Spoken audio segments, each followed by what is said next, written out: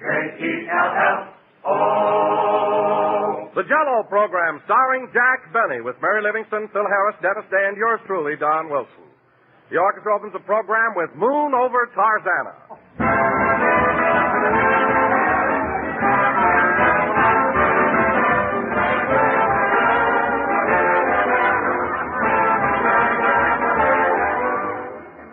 Bright and gay and so exciting, quick and thrifty and inviting. Full of flavor, rich and mellow, all together, this spells Jell-O. Yes, friends, Jell-O is certainly an all-around good dessert. It's a dessert that has everything. Rich, shimmering colors that tell you here's a mighty swell treat, and a world of grand, intriguing flavor.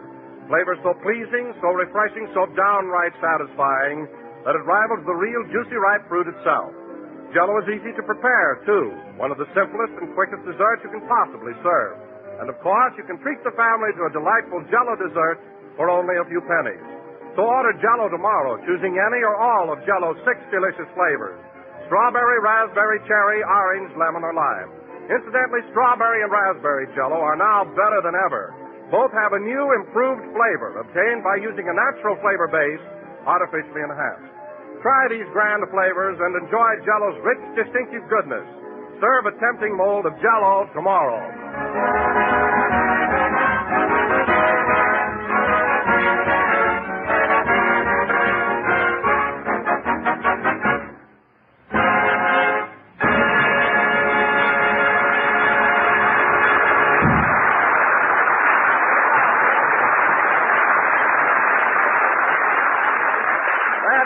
Moon Over Tarzana, played by the orchestra.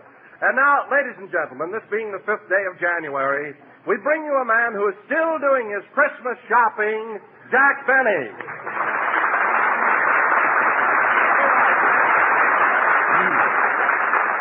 Thank you. Hello again, this is Jack Benny talking. And, Don, when you saw me in that department store yesterday, I wasn't shopping. I was exchanging some of my Christmas gifts. Well, that's quite a coincidence. I was doing the same thing. Would you believe it, Jack? 3 different friends gave me electric razors. Well, you think that's bad? I got enough bottles of cologne to have people whistle at me for the next 10 years. No kidding, Don. I must have gotten 25 bottles of that stuff. Oh, what are you going to do with it all? I gave it to Rochester, and he's going to throw a cocktail party. He mixes it with orange ice and calls it a Central Avenue lullaby. But when you saw me in that store, Don, I was only exchanging the gift Phil Harris gave me. You were? Why, Phil told me he gave you a lovely present. Oh, it was lovely, yes, but I don't know, I didn't feel right in it. Oh, well, you shouldn't have exchanged it, Jack. You'll hurt his feelings. I don't care whether I hurt his feelings or not. I'm too old for an Indian suit.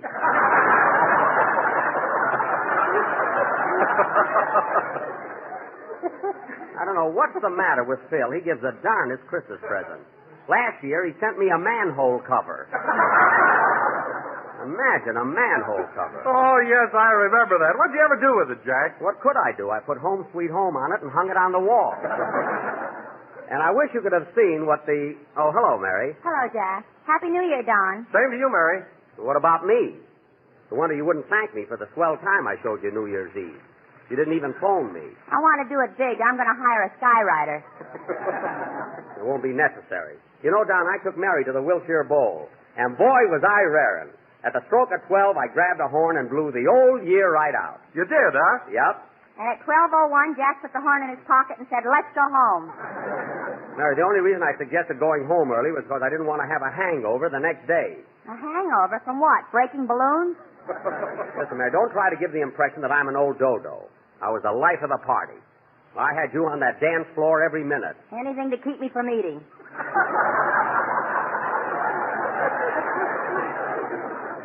You ate, sister. Believe me. You had the special T-bone steak with French fried potatoes and choice of 2 vegetables, including tax, $1.29. You know very well you had a swell time. Okay, I had a swell time. You're darn tootin'. Say, Mary, is Jack a good dancer? I couldn't tell. That was the first time I ever did the turkey trot. That wasn't the turkey trot at all. I was doing the la conga. The la conga? Yes. Couldn't you hear me going? 1, 2, 3. 1, 2, 3. 1, 2, 3, What'd you think that was? I thought your rheumatiz was giving you the biz. That was very funny, Mary. You know, I wonder why you and Phil don't quit this program and get one of your own. Harris and Livingston, every week an audition. You're too smart for this show. Oh, hello, Dennis. Hello, Mr. Benny. Happy New Year. Same to you, kid. Is anybody in aspirin? Oh, boy, what a head I got. Why, Dennis, I'm ashamed of you. I bumped it getting out of my car. Oh, I see. I'm sorry. That's all right. You can bump your head. I thought you meant you'd been celebrating too freely. By the way, Dennis, where did you go New Year's Eve? I went there. Don't worry. Oh. Okay. Say, I wonder what's keeping Phil. You went where, Dennis? Never mind. I went there every night, just like you told me to. All right. Say, Don, have you seen... Dennis, where have you been going every night? Mary, it's none of your business. It's a good picture, all right, but gee, I can't laugh all the time.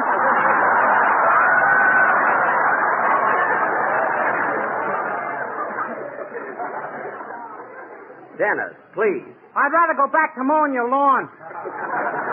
Now, Dennis, I don't want to hear another word about it. Why, Jack Benny, do you mean to say you've been sending the kid downtown to laugh at your picture every night? Mary, I don't know what you're talking about. Anyway, Dennis, it's time for your song. So let's have it. My girl laughed at Fred Allen, but don't worry, I kicked her. Now, Dennis, everybody's waiting for your song, so let's have it, please. What's it going to be? A brand new number called I'm Gonna Round Up My Love. That'll be fine. Go ahead. And by the way, if your girl thinks Fred Allen is so funny, get another one. Mary, stop looking at me like that. Do you hear? Oh, brother. That kid wouldn't babble so much.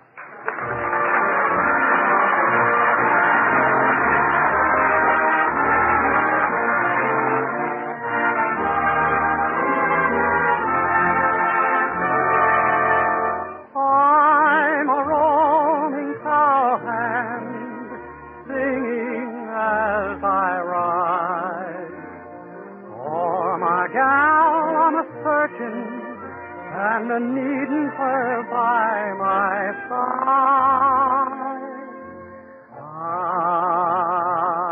I'm gonna round up my love, gonna win her tonight in the prairie moonlight.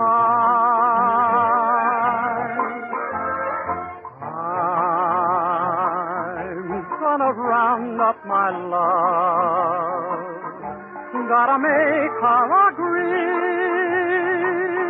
to belong to only me. Then together we'll ride high, and together we'll sing low. Side by side, roaming the range, we'll go.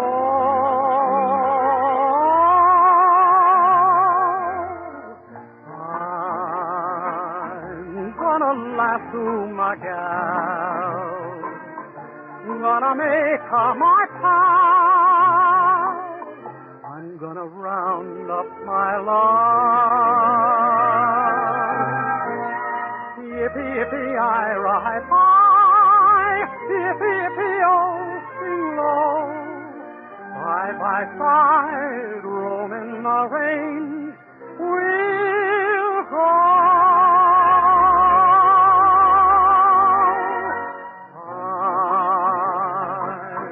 I'm gonna lasso my gal, gonna make her my pal.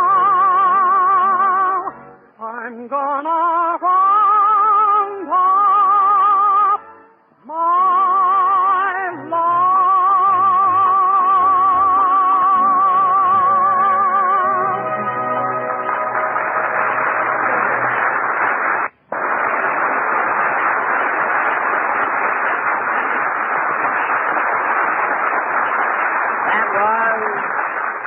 That was I'm Gonna Round Up My Love, sung by Dennis Day. There you are, Dennis. That was swell. You were in very good form. Thanks, Jack. Jack? Why, Dennis, what's come over you? You've always called me Mr. Benny. Well, I saw so much of you last week, I feel like we're old friends.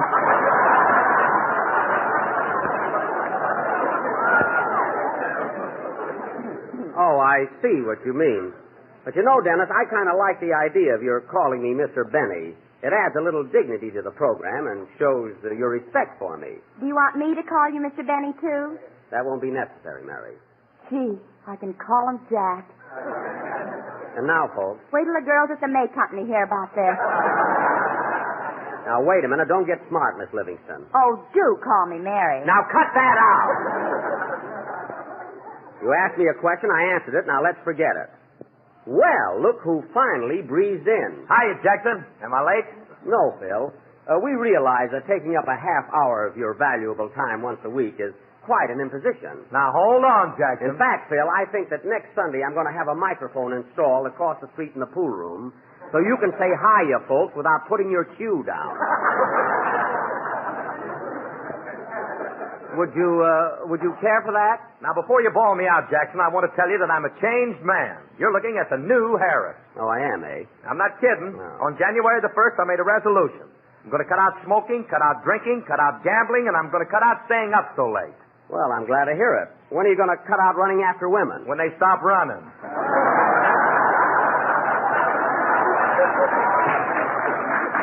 I thought so. Well, Phil, here's another resolution for you during this new year. Why don't you learn something about music? You mean I should be like Stokowski? No, Phil.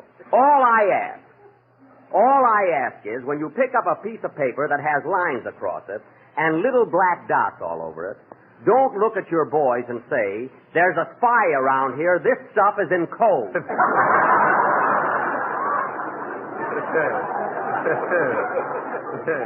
Little as they know, it embarrasses them. Okay, Jackson, that'll be another one of my resolutions. Speaking of resolutions, Jack, I've resolved that during 1941 I'm going to find new ways to tell people about Jell-O. You are, kiddo? Yes. Instead of telling them about strawberry, raspberry, cherry, orange, lemon, and lime, I'm going to mix them up and say strawberry, lime, raspberry, lemon, orange, cherry, and. Oh, the and at the end. Gee, they'll never dream it's the old Jell-O show. Anything else, John? Yes. Remember how I always used to say, look for the big red letters on the box? Uh-huh. Well, this year I'm going to say it backwards. Oh, for heaven's sake.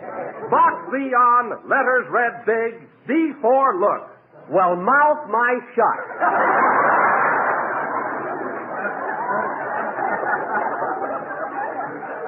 Don, that's a very novel idea. Oh, thanks, Jack. I'm awfully glad you like it. I'll see you get a raise for that. Backwards. And now, ladies and gentlemen, we will have a number by Phil Harris and his orchestra, who will play it not backwards, not forward, but in their usual manner. They will start in the middle and blast both ways.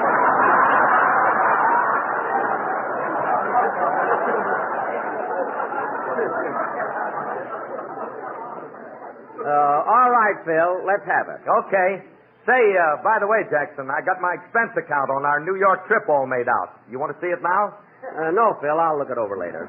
What is the total up to? $3,427. Give me that. Let me see that expense account. There you are. I got the whole thing itemized. That's itemized. Itemized. If you don't mind, I'll look it over. Let's see here. Hotel room, $42 a week. That's reasonable. Meals for 2 weeks, $63.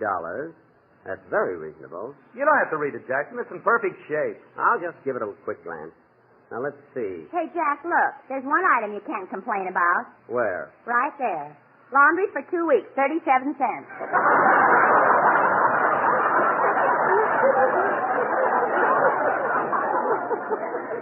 Oh, yes. That's not bad. Let's see what else he has here. Bottle opener, 10 cents. Ice, $2.50. Bromo, $135. What do you want us to play, Jackson? Wait a minute, Phil. I'm not through yet. Taxi cabs, $11.50. That's okay. Charles Bagby, musical arrangement for orchestra, 37 cents. 37 cents? That must be the same guy that does his laundry.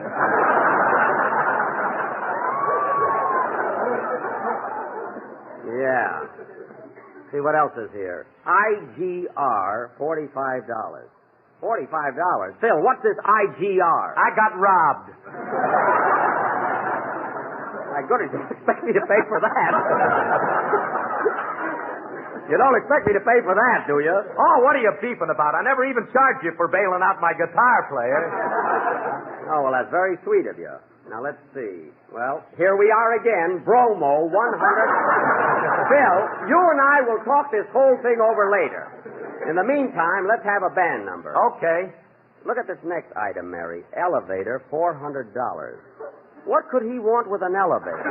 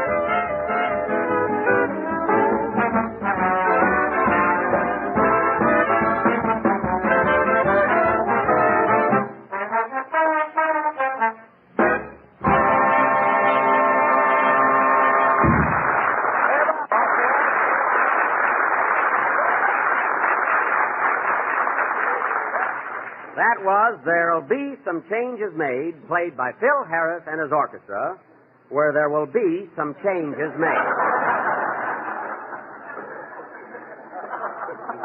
And, Phil, getting back to your New York expense account, it's a ridiculous total, and I'm not paying for all of your hilarity. Okay, Jackson. But as long as we're on the subject of dough, how about that $50 I won from you from the Rose Bowl game? That you can take to court.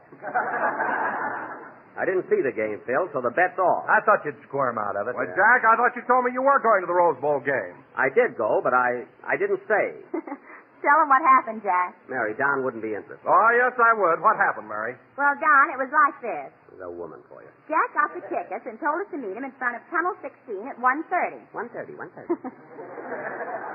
Well, anyway, Phil Dennis and I took a cab. But when we got to the bowl, Jack wasn't there yet. So we waited and waited and waited. You should have seen the crowd, Don. There were thousands of...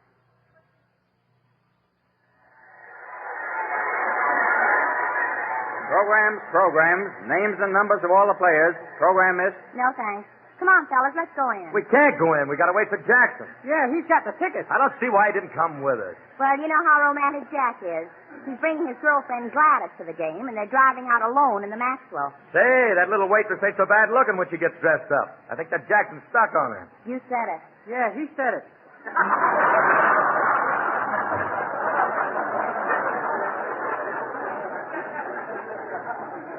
Dennis, why don't you go get lost in the crowd? Don't think I couldn't. Hey, look, Mary, ain't that Jack and Gladys coming this way? Oh, yes. Jack would be wearing a beanie. And get a load of that fur coat on Gladys. Gee, Gladys, I never saw you looking so good. You're sure pretty when you're all dolled up. Thanks, Speedy.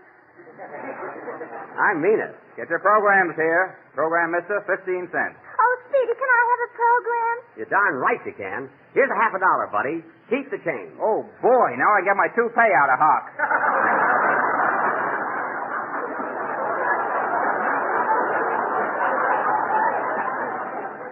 Well, here's the game, Gladys. Hiya, fellas. All set for the game? I've been waiting on you, Jackson. Come on. Say, Gladys, you know Mary and Dennis, don't you? Sure. Hello, everybody. Hello. Gee, Gladys has a pretty fur. Did you trap it yourself? You know darn well I gave it to her for Christmas. Oh, pardon me, honey. Do you know Phil Harris? Do I? Hiya, Gladys. I'll have a ham on rye. Now, Phil, cut that out. Not working today. Come on, fellas. Here's our gate. Let's go. Ticket. Hold your own stubs, please. Here you are. Oh, hello, Gladys. Hello, Eddie. How are you? Fine. Taking your old man to the game?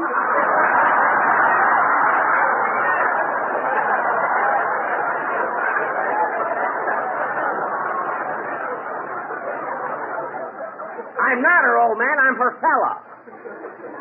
Come on, sweetheart. Say, where's Dennis? I'm stuck in the turnstile. Well, push it a little, for heaven's sake. Here's Tunnel 16 over this way. Oh, yeah. Say, Gladys, are you still working at the Shamrock Cafe? No, I'm at a drive-in now. Speedy thought I ought to be outside where it's healthier. Darn right. What's the use of being in California and not enjoy the sun? It's great for you. Yeah, I wish I could get off the night shift. You will, honey. Well, here's the entrance, kid. Say, look who's here. Hiya, Gladys. Happy New Year. Same to you, Lefty. Lefty. Who's that fresh guy, Gladys? Lefty Flanagan. Boy, can he drive a truck.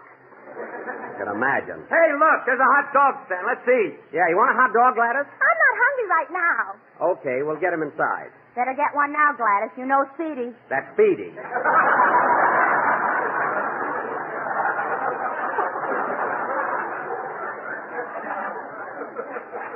All right, I'll go over and buy the hot dogs. Everybody wait here so you won't get lost. Hey, mister, 5 hot dogs, please. 5 puppies coming up? Oh, hello, stranger. Why, grab them!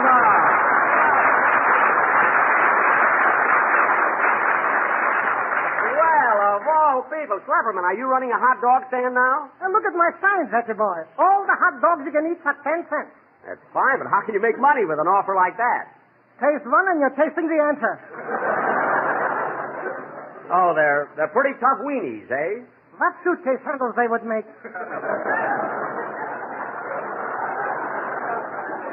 Well, they still look good to me. Give me 5 of them. Okay, what kind of mustard do you want? Mustard? What kind? Yeah, sure. I got strong, mild, and Chanel number 5. Oh, mild, I guess. How much do I owe you? 5 hot dogs, 50 cents. Well, that's fair enough. Here's $1. Here's a quarter. Thanks for the tip.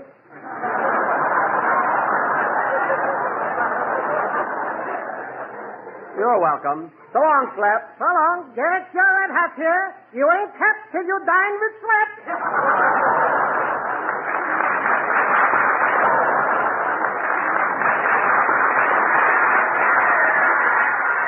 Well, here you are, kids. Take your hot dog. Thanks, Jack. Here's my dime. Keep it. Everything's on me today.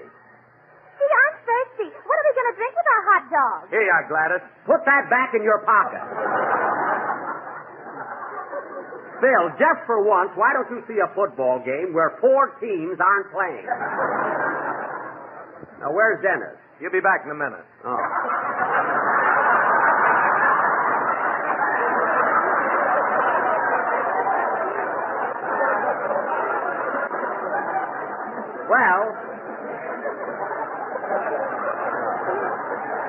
Well, he's got his own ticket. Let's go in. Here's the tunnel. Gee, it's dark in here. Huh? So dark in here. Yeah. Say, Speedy, remember the time we went through the Tunnel of Love at Ocean Park? Oh, Gladys, for heaven's sake. Cut it out. Oh, I'm sorry I slapped you. Gladys, it's all over. Forget it. Now, come on. Stubs, please. There you are. Right this way. Oh, hello, Gladys. Hello, Nick. Where you been keeping yourself? Oh, I've been around. Where you been? Come on. Show us our team. Listen, Gladys, you have to talk to every fellow you meet. Oh, Speedy, you're so jealous. I'm not jealous. Here are your seats, mister. Thanks.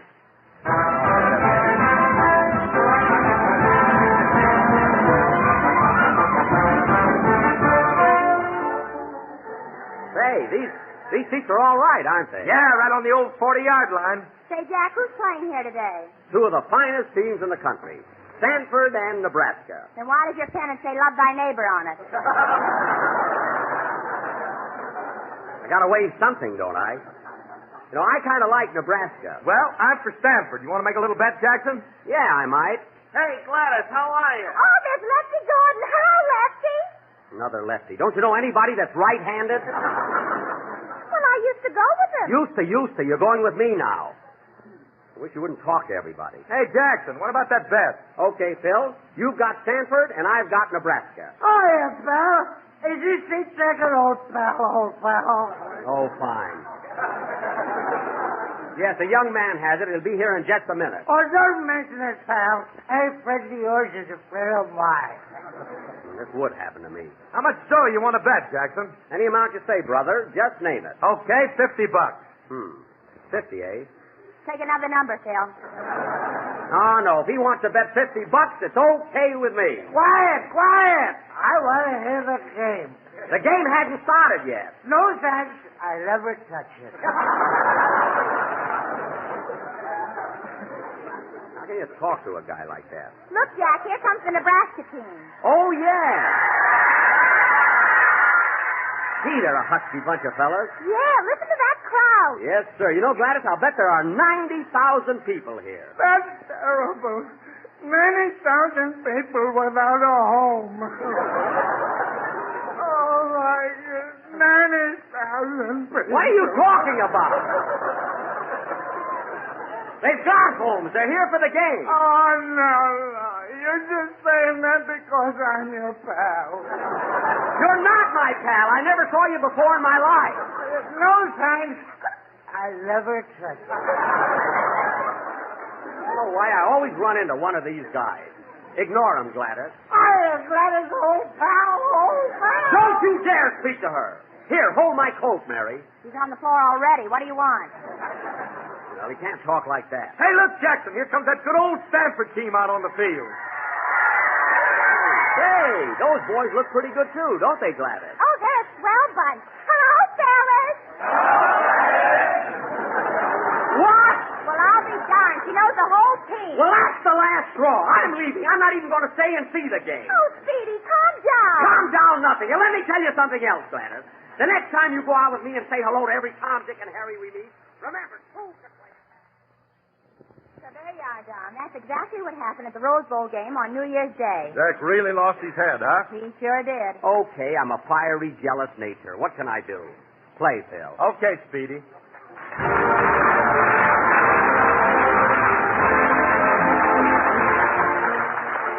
Friends, before dessert at dinner tomorrow, why not serve the family a real surprise, something delightfully different, like apple snow jello. A delicious combination of cold, spicy applesauce and crimson raspberry jello. Or try apricot pecan layers, crunchy pecan meats and golden canned apricots molded in shimmering orange jello. These are just two of the many grand treats that you'll find described in the new Calendar of Desserts book. In this big 48-page recipe book, you'll discover 365 suggestions for all kinds of novel and tempting desserts, pastries, puddings, cakes, cookies, and, of course, lots and lots of swell desserts made with delicious jello. And this unique calendar of desserts is just as beautiful as it is useful, too, full of lovely paintings and handsome photographs in brilliant glowing colors. So be sure to send for your copy right away. Just mail 10 cents, just 10 cents, in coin or stamps to me, Don Wilson, care of General Foods, Battle Creek, Michigan, and this handy day-by-day recipe book will be forwarded to you at once. Don't wait until tomorrow, friends. Send 10 cents for your copy tonight. We're a little late, so good night, folks.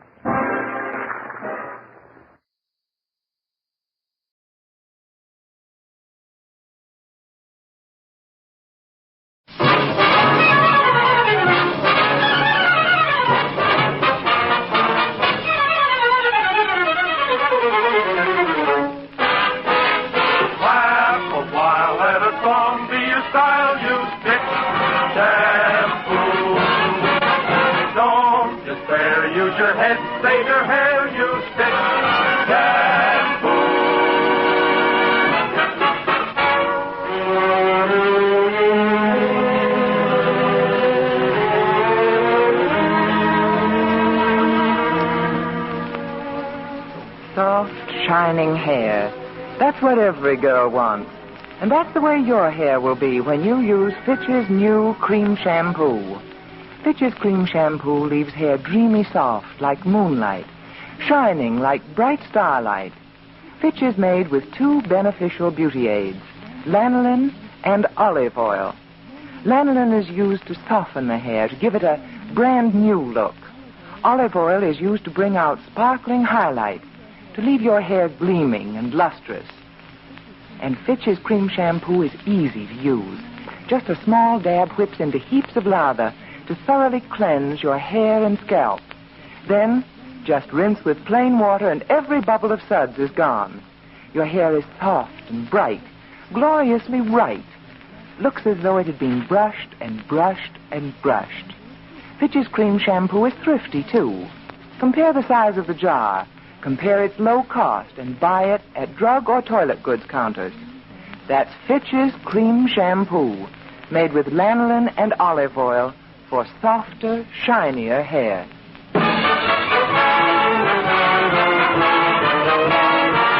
The F.W. Fitch Company, makers of Fitch Shampoo, presents the Fitch Bandwagon with Elliot Lewis, Walter Tetley, Janine Roos, Ann Whitfield, Robert North, Walter Sharp in his music, and starring Alice Faye and Phil Harris.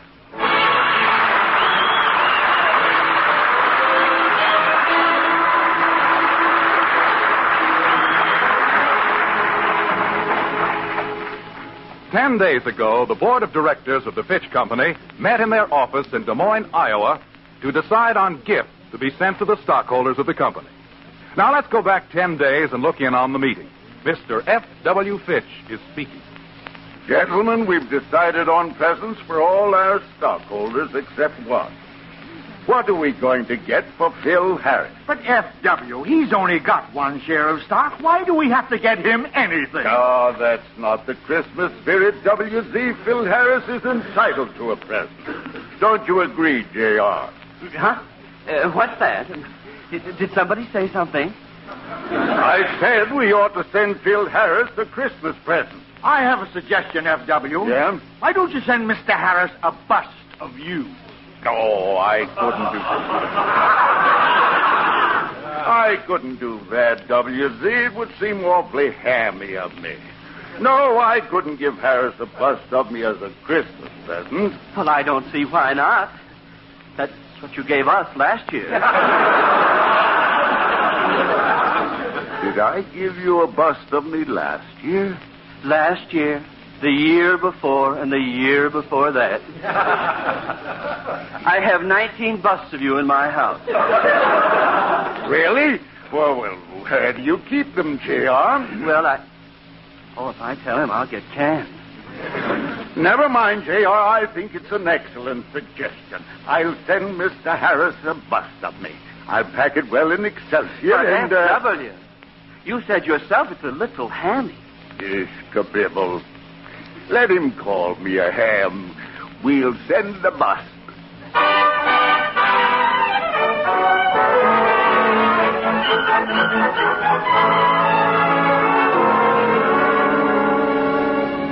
And now, a week later, we look into the Harris home, where Phil is writing a letter for the children. Hey, look, kids, maybe you better write your own letter to Santa Claus. After all, you know, when Santa gets a letter, it should look like it was written by a kid. With your spelling, he couldn't tell the difference. Never mind, Wingy.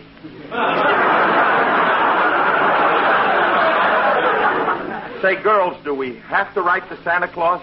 Of course we do, Daddy. When we write to Santa Claus, he brings us whatever we ask for.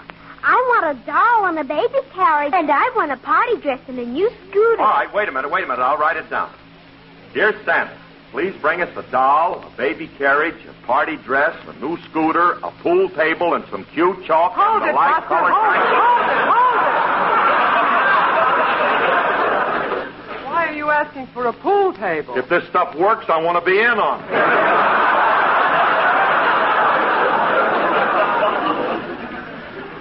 Daddy, are you sure Santa will be here this year? Certainly, honey. He never fails. On Christmas Eve, he'll land on the roof with his reindeer, slide down the chimney, and land in the fireplace, and then with a big, booming voice, he'll say... Good morning, Philip.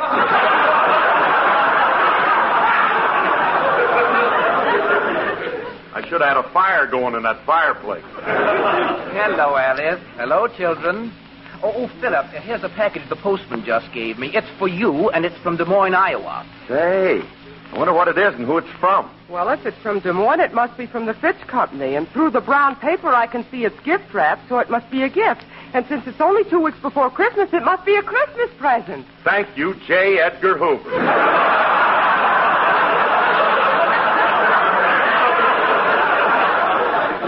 Now, do you mind if I open this? Well, you can't open it till Christmas. Well, I'm just taking the outside wrapping off. Hey, look how pretty it's gift wrapped. Look, there's a sticker on there, Phil. What does it say? Oh, wait a minute, I'll see. Season's greetings to my favorite entertainer, Phil Harris. From your pal, F.W. Fitch, maker of Fitch's Dandruff Remover Shampoo and Fitch's New Cream Shampoo, the only shampoo containing both lanolin and olive oil. You can purchase this shampoo. Oh, what a sneaky way to get into a commercial. He's a cute guy. He had me reading that before I realized what it said. Phil, I just thought of something. You didn't buy Mr. Fitch a Christmas present. Holy smoke, no, I forgot. Well, look, it's not too late. Now, listen, if we buy something today and send it out, then he'll get it in time. But now I want to get him something real nice. But what? Well, I have a suggestion, Philip. Why don't you get Mr. Fitch a gift such as I received last year? I found it the most practical of my gifts, and now I just wouldn't be comfortable without one. Yeah, what is it? A flannel nightshirt with stocking cap to match. Oh, you kid. 23 skidoo and ta-ra-ra, boom, D.A. What do you mean, Swell? Don't make fun of him. I know, but a nightshirt and a stocking cap. How square can a guy get? I'll tell you what, Bill. I have some Christmas shopping to do. Why don't you meet me in about an hour at Saks Fifth Avenue, and we'll look for something for Mr. Fitch. Oh, yeah. Maybe we'll see a nice smoking jacket or a robe or a pair of those... Yeah, we could... Oh, wait a minute, honey. I'll answer the door. Hiya, Curly. Hi. Hello, Frankie. Hey, Frankie, guess what? What? I just got a Christmas present from the sponsor. From the sponsor. Ain't that nice of him? You? I didn't get one. Bill, I'm going to leave now. Oh, hello, Frankie. How are you? I'm a little hurt. Sponsor sent Curly a present and not me. You know, I'm on the show, too. I know, but that's different, Frankie. After all, who's the star of the show? Alice. Oh. Well, let me put it this way. Who's the comedian on the show? Who gets all the laughs? I do. Well, let me frame it this way. Who's the brains of my radio show? Your writers. There must be some way of asking this question so I can come out on top. I don't think so, Curly. Now, look, Frankie. Bill got the present because he's a stockholder of the company. Fine stockholder. They're holding it in trust for him. He doesn't even know how much he has. Hey, maybe the stock is in that package. I'm going to open Bill, that. don't you dare open that until Christmas. I'm leaving now, and don't forget, meet me in an hour at Saks. Bye. So long, honey. Goodbye, Alice. Frankie, you don't have to kiss her, too. Now, remember, I don't want either one of you to open that package. Open a package? Oh, we wouldn't think of doing a thing like that. Of course not. Well, I hope not. Goodbye. She gone, Curly? Yeah. Frankie, put it down. It's my package, and I'm going to open it. Well, all right, but hurry up. I'm kind of anxious to see what's... Hey, home! Got your groceries here. Hello, Mr. Harris. Hi, Mr. Rumley. Hi, Judith. Go away, will you, kid? We're busy. Yeah. Hey, what's in that package? A Christmas present? Yeah. Something that I got from my sponsor. What's he sending you something for? Well, he's been listening to the radio shows I've been doing for him, and he sent it to me to show what he thinks of me. That's why. Gee, I can't wait. I wonder what's in this package. Is it ticking?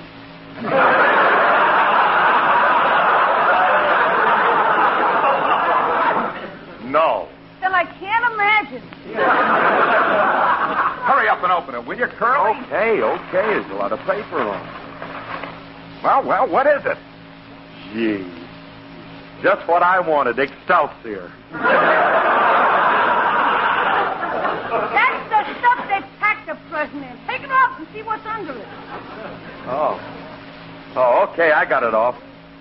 Hey, here's the present. Hey, ain't that something? Must be, but what? Here is a funny-looking thing. It almost looks like a face. Hey. Hey, it is. It's a man's head. A man's head? I better look through the package for the rest of the body. If the rest of it looks like the head, don't bother.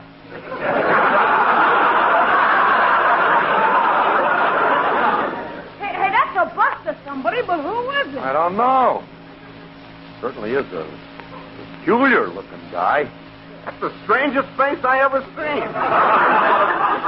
Wonder who it can be. All right, hold it a minute. Hold it. There's an inscription at the base of it. Here, let me see. Read it to me. It says, this is a bust of F... Frankie, I just heard our option drop. What do you mean? This is a bust of F.W. Fitch. F.W. Yeah. Handsome sort of devil, ain't it?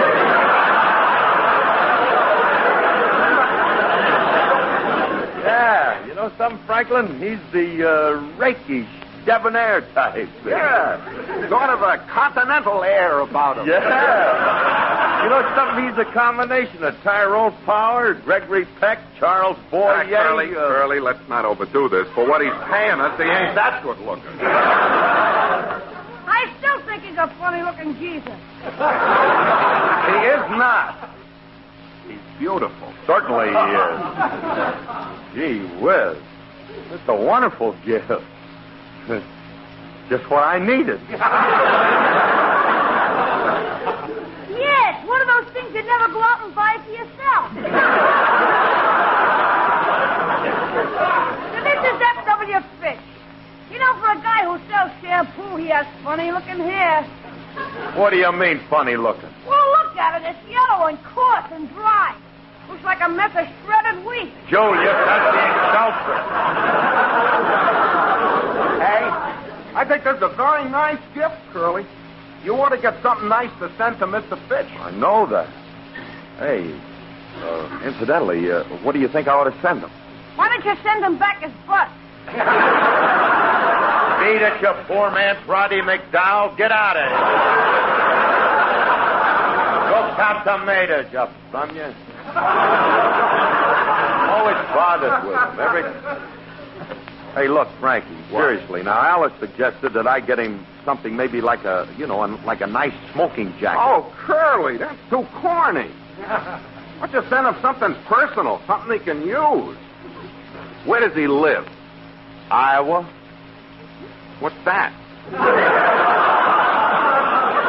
Oh, Frankie, don't be too stupid. Iowa's a state. It's a western state. Right next to Rhode Island. Indian country, huh? Yeah. Well, look, Curly, as long as he's living in Indian country, let's get him something practical. Let's get him a cowboy suit. Cowboy suit? Sure. Yeah. Oh, but look, Frankie, he's a businessman. So what? They all wear them out there. Yeah, I've seen him on him out there. Maybe you're right. Sure. Hey, Frankie, I'll tell you, why don't you come along with me to Saks, and then you can help Alice and me pick one out. Okay, Curly, let's go. Hey, you want to know something, Frankie? What? I kind of envy Mr. Fitch living in that Indian country. You know, they take things easy out there. If your temper's getting the top hand, all you got to do is just stop and pass that peace pipe, bury that action like the Choctaws, Chickasaws, Chattahoochee, Chippewas do. If you're feeling mad as a wet hand, mad as you can possibly get, then pass that peace pipe, bury that Tommy Hawk like Sochi, GMX, Cherokee, Shaboom, the Pegs too. Don't be cranky. Try to use a little restraint. Pull that hanky and wipe off all that war paint. And if you find yourself in a fury, be your own judge and your own jury. Pass that peace pipe, bury that hatchet like the Choctaws, Chickasaws, Chattahoochee, Chippewas do. If you want to hover out west too, you will soon discover it's best to pass that peace pipe, bury that hatchet like the Cho-Cho, Chongos, Chattanooga, Chickasaws do. heathens in colonial days. You knew the ceremonial ways to pass that peace pipe and bury that tomahawk like those Siamese chickadees too. Pull your ears in, try to use a little control. When all clears in, you'll be top man on the totem pole. So if you want to be an all right guy, not a long-faced blue to the night guy, right side apology and dispatch it. 'Cause when you've quarreled, it's grand to patch it. Patch that peace pipe and bury that hatchet. Like the Choctaws, Chickasaws, Chattahoochee, Chippewas, those Chichimex, Cherokee, Chapultepec, those Chickadee, Chepachecs, Chickapees, Yotos, Changos, Chattanooga, Zigaros, New.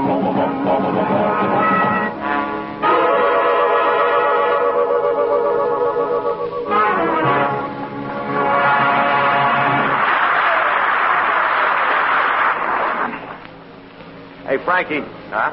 Here's the spot where we're supposed to meet Alice, right here in the men's department. But I don't see her. Do you see her anywhere? No, I don't. Hey, Curly, while we're waiting, why don't we take a look at some cowboy suits? Here in Saks?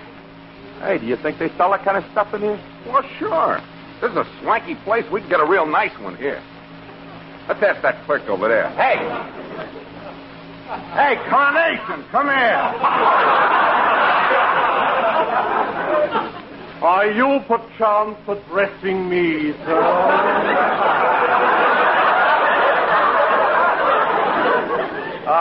Yeah. Do you carry everything in menswear? Most assuredly, sir. We have all the necessary accoutrements that are requisite to the sartorial splendor of the impeccably clad.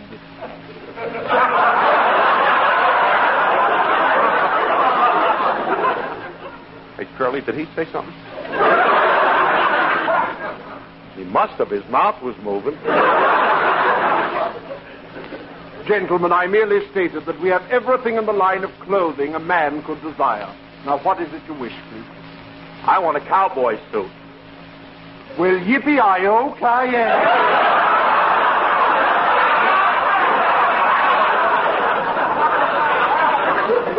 Look, don't get gay, Buster, huh? Come on now, just let me see some cowboy suits. Well, yes, of course, sir. And just what sort of cowboy suit would you like? Well, any kind as long as... Quiet, Tonto. I'm speaking to the Lone Ranger.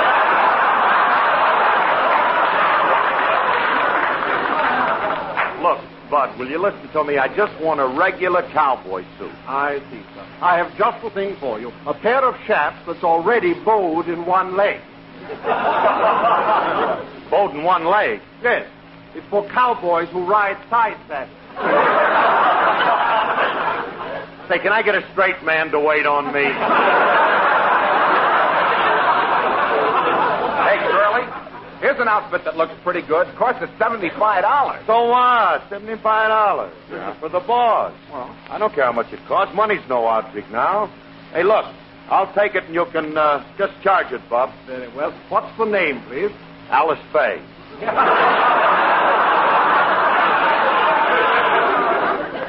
I'm sorry I didn't recognize you. You look much better in pictures.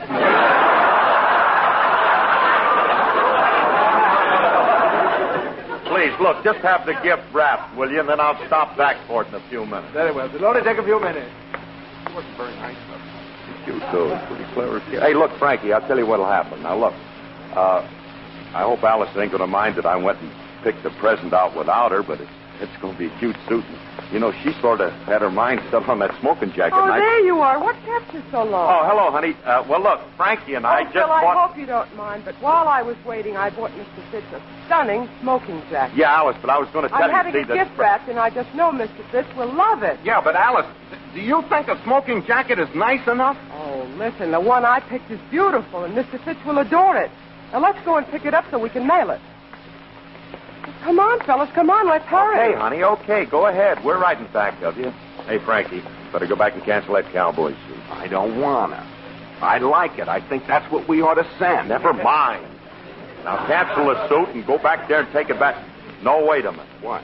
Look, I got to get something for William for Christmas, so I'll give him the cowboy suit. Maybe you'll take the hint and go west.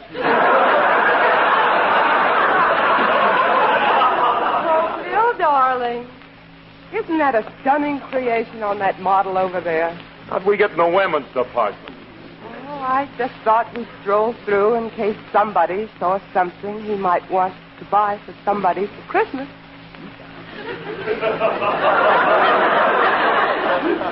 This kid's as subtle as a sailor with a 6-hour pass.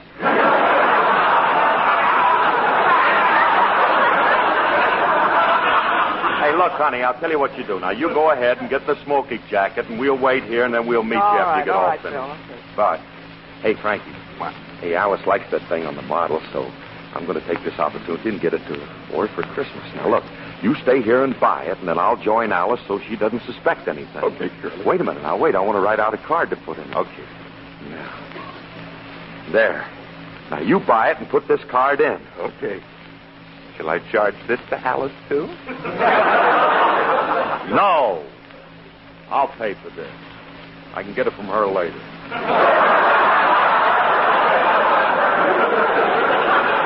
Now, go ahead. Get it and put this card in. Yeah, okay, Curly. And I'll pick up the cowboy suit, too. I'll meet you back here.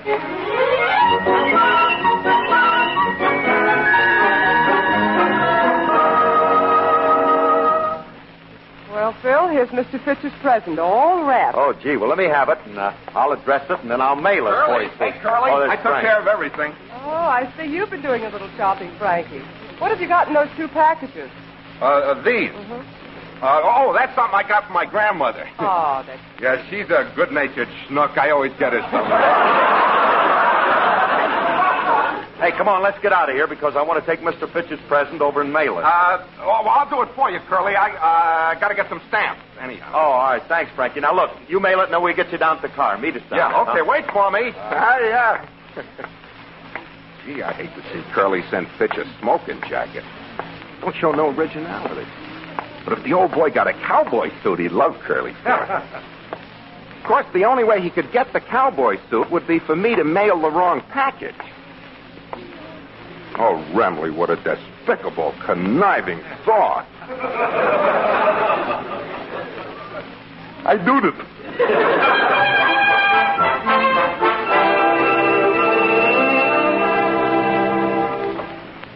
Yeah, I wish Frankie would hurry. Hey, honey, you know something? Do you think we spent enough for Mr. Fitch's present? Oh, Phil, it isn't what you spent for a present. It's the thought behind it. Remember.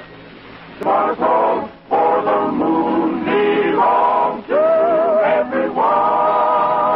All the best things in life are free. The stars belong to everyone. All the gleam for you and me. The flowers in spring, the robins that sing, the sunbeams that shine, they're yours, they're mine, and love can come to everyone. The best things in life are free.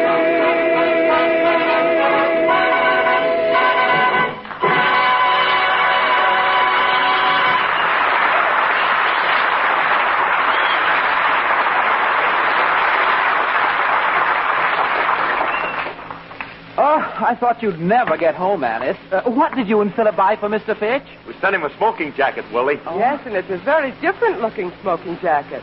That it is, that it is. Say, Curly, I got to run along. What do you want me to do with these 2 presents for Alice and Willie? Oh, Frankie, now you spoiled it. You always have to do... You weren't supposed to say anything. Well, you bought a present for me, Philip? Oh, yes, I did. Here. I might as well give it to you now, but remember, don't open it till Christmas. Now. Oh, I can't wait till Christmas. No, I just have to open it now. No, wait a minute, Willie. That ain't... Oh, look at this. A smoking jacket. A smoking jacket? Oh. But I bought you something else. Oh, those careless clerks. Now, wait a minute, William. Wait a minute. This is the smoking jacket I bought for Mr. Fitch. Frankie, what package did you mail? Would you excuse me, folks? I got to get down to the delicatessen and help a guy file the warts off the pickles. He's got a... Family!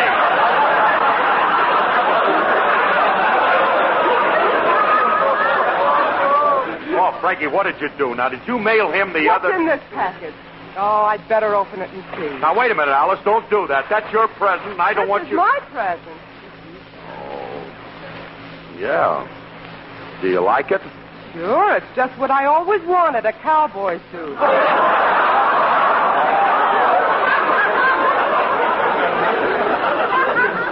You got the cowboy suit? Frankie, don't look at me like that, Curly. This I didn't plan on. Oh, by mistake, I must have mailed the present you got for Alice. You sent Mr. Fitch the thing I got for Alice? Oh, no!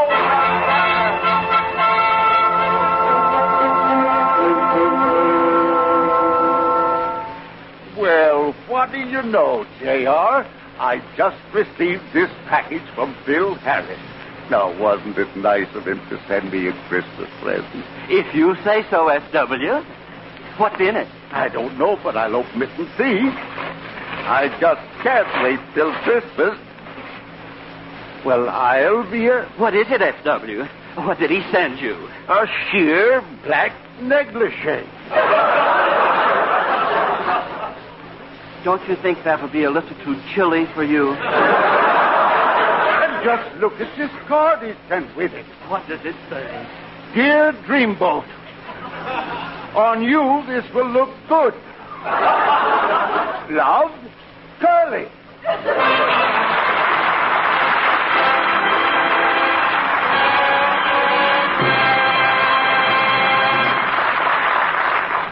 Phil and Alice will be back in just a moment. Is your shampoo doing right by you? Yes, is your shampoo doing right by you? My shampoo lather's all right, but it doesn't remove my dandruff. I've tried one shampoo after another. They all suds up and rinse out, but I still have dandruff. If your shampoo is letting you down when it comes to removing dandruff, switch to Fitch. Fitch's Dandruff Remover Shampoo. It's guaranteed to remove all dandruff. Medical authorities say there are two kinds of dandruff. One is loose and flaky. It's the unsightly kind. The other clings to the scalp. It's the invisible, irritating kind. If your present shampoo is doing only half the job, removing only part of your dandruff, remember, Fitch removes both kinds completely. So be free of unsightly dandruff. Be free of invisible, irritating dandruff. Yes, be free of all embarrassing dandruff. Fitch is the only shampoo whose guarantee to remove dandruff with first application is backed by one of the world's largest insurance firms. So switch to Fitch at drug counters, barber, and beauty shops. Ask for Fitch's Dandruff Remover Shampoo. Fitch Shampoo does right by you.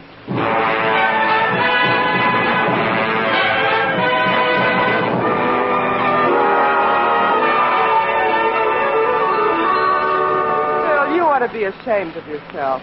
Why did you and Frankie open the Christmas present Mr. Fitch sent you? Well, we had to open it. Frankie said it was the only way I could show that I had the Christmas spirit. What do you mean? Well, I had to find out how much Fitch spent on me so I'd know how much to spend on him. That's the Christmas spirit.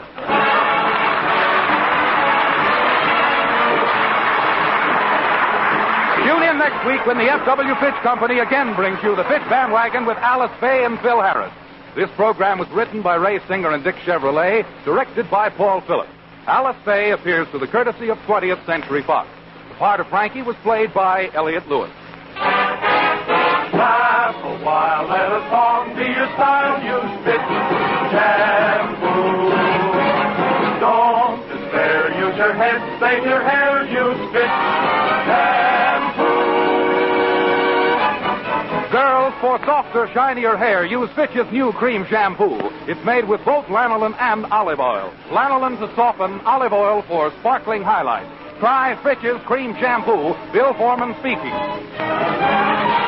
This is NBC, the National Broadcasting Company.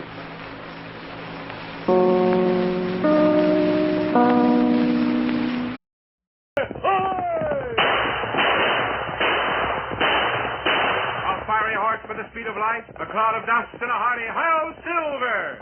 The Lone Ranger.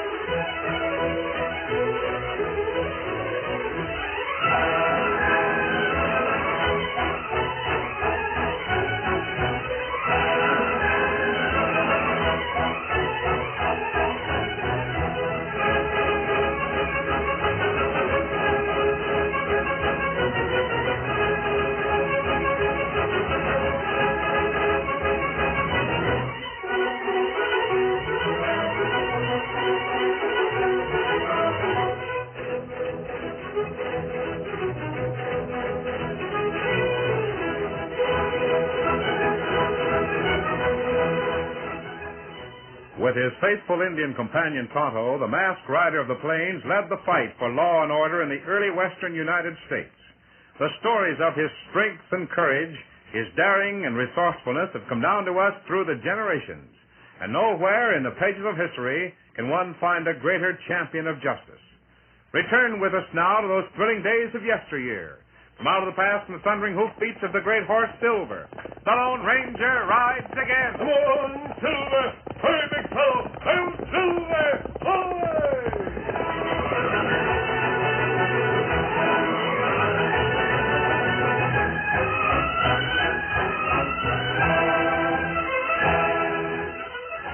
Jeff Morris, operator of the Wagon Wheel Rancho, rose from his comfortable chair before the fireplace to answer a knock at the door.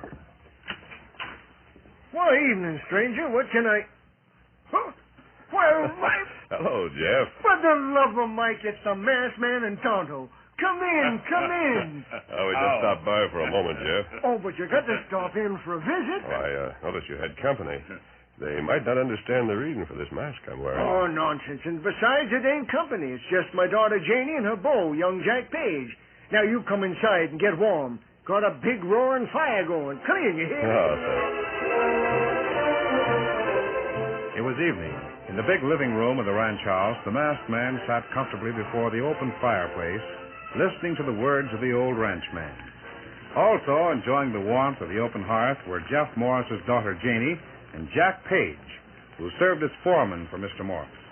The scarlet Indian Tonto sat silently staring at the quick-leaping flames. Well, all in all, it's been a mighty good year for us, mighty good. How much stock would you be wintering, Jeff? Well, can't rightly say until after the first year. Depends a lot on how long this good weather lasts. Well, perhaps Tonto can answer that for you, Dad. Well, how about it, Tonto? Sure, you tell the boss what kind of weather's ahead, Tonto. Me, I'm betting we have a short winter and lots of open weather. Is that the way it looks to you, Kemosabe? If it's an open winter, Dad will keep all of his cow herd and be money ahead in the spring. Yes, but on the other hand, if the weather turns real bad, I ain't likely to have feed enough on hand to winter 'em all. What did you call your friend a moment ago? Kemosabe. The words are from the Indian dialect and mean trusty scout. Trusty scout, huh? Well, then I reckon we can trust whatever Tonto wants to tell us about the weather. Except that he ain't telling us nothing so far. You figure maybe I'm right in predicting an open winter? No. What do you figure, Tonto?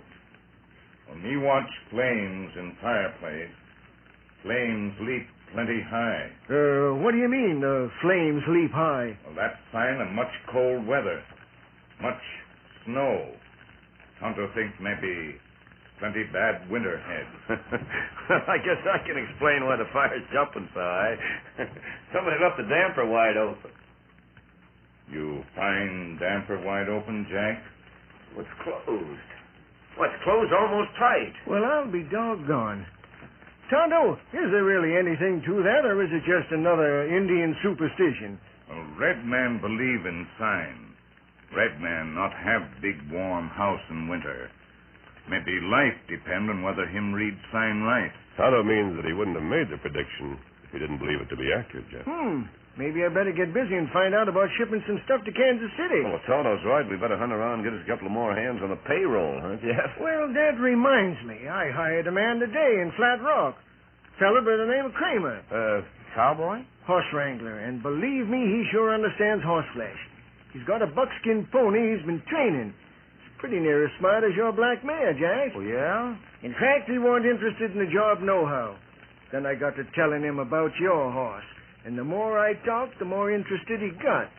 And then, well, about that time, Janey come walking out of the post office and over to the bus. Now, Dad!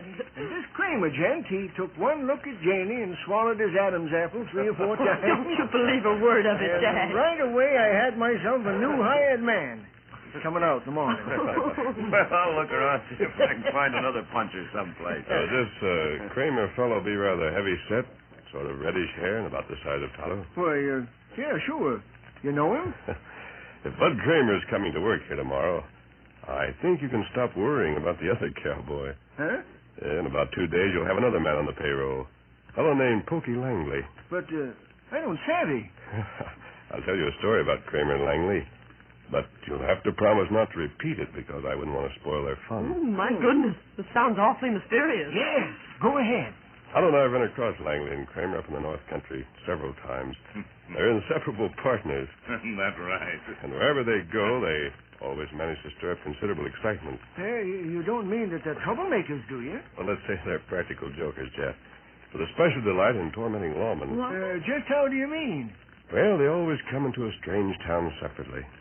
The first one to arrive usually hangs around town a day or two until most of the townspeople know who he is. Then the other one comes riding into town and wants to know if anyone has seen or heard of his double-crossing partner. Ho, ho there, ho. Hey, mister. Yeah? What can I do for you, stranger? My name's Pokey Langley, and I'm looking for a no-good double-crossing maverick by the name of Bud Kramer. Kramer? Say, what do you... Aha. I see you've heard of that Pison sidewinder. Tell me, is he here in your fair city? Well, you see, Mr. Langley, Just answer me yes or no, partner. I've been riding more than 1,000 miles to catch up with that worthless critter. He was here, but I said... Aha. Is he still here? Well, is he? Well, I think so, but I ain't rightly sure. I'm going into this here hotel and scrape off the trail dust I've been accumulating. Then I'm going to find Bud Kramer and shoot him so full of holes the wind will whistle going through his miserable carcass. To think I finally caught up with a black-hearted scoundrel after all these years. Good heavens. Mr. Langley certainly sounds like an awfully ferocious man. You should see the two of them when they meet, Miss Janey. You mean them two actually do get together and slug it out? Oh, and very convincingly. After Langley arrives and makes a lot of hype talk about Kramer, Kramer starts calling Langley a lot of names and promises to kill him the minute he lays eyes on him. So that weasel-faced bastard accuses me of running away from him, eh? Well, let me tell you folks, it's just the other way around. I've been looking for that double-crossing Pokey Langley for 5 years. And you can take my word for it. The minute I set eyes on that two-timing tin horn, the lead's going to fly high, wide, and handsome. Why, that miserable no-account horse thief, he's got a streak of yellow running up his back a mile wide. You're a liar by the clock, Bud Kramer. Well, as I live and breathe, it's Pokey Langley. You ain't going to live and breathe very long, you dirty double-crosser. Now, you folks get back out of the way. I don't want to see innocent people get hurt on account of this worthless bomb. Get out of my way. Look, hold it here. Well, Pokey, you can drag your hardware whenever you're ready. You first, Bud.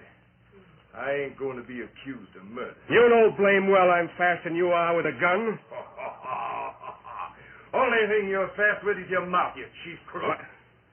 Now, look yonder, behind the bar. Huh? See that clock? It's almost set to strike the half hour. Sure. We'll take that for a signal. Right. So long, Pokey.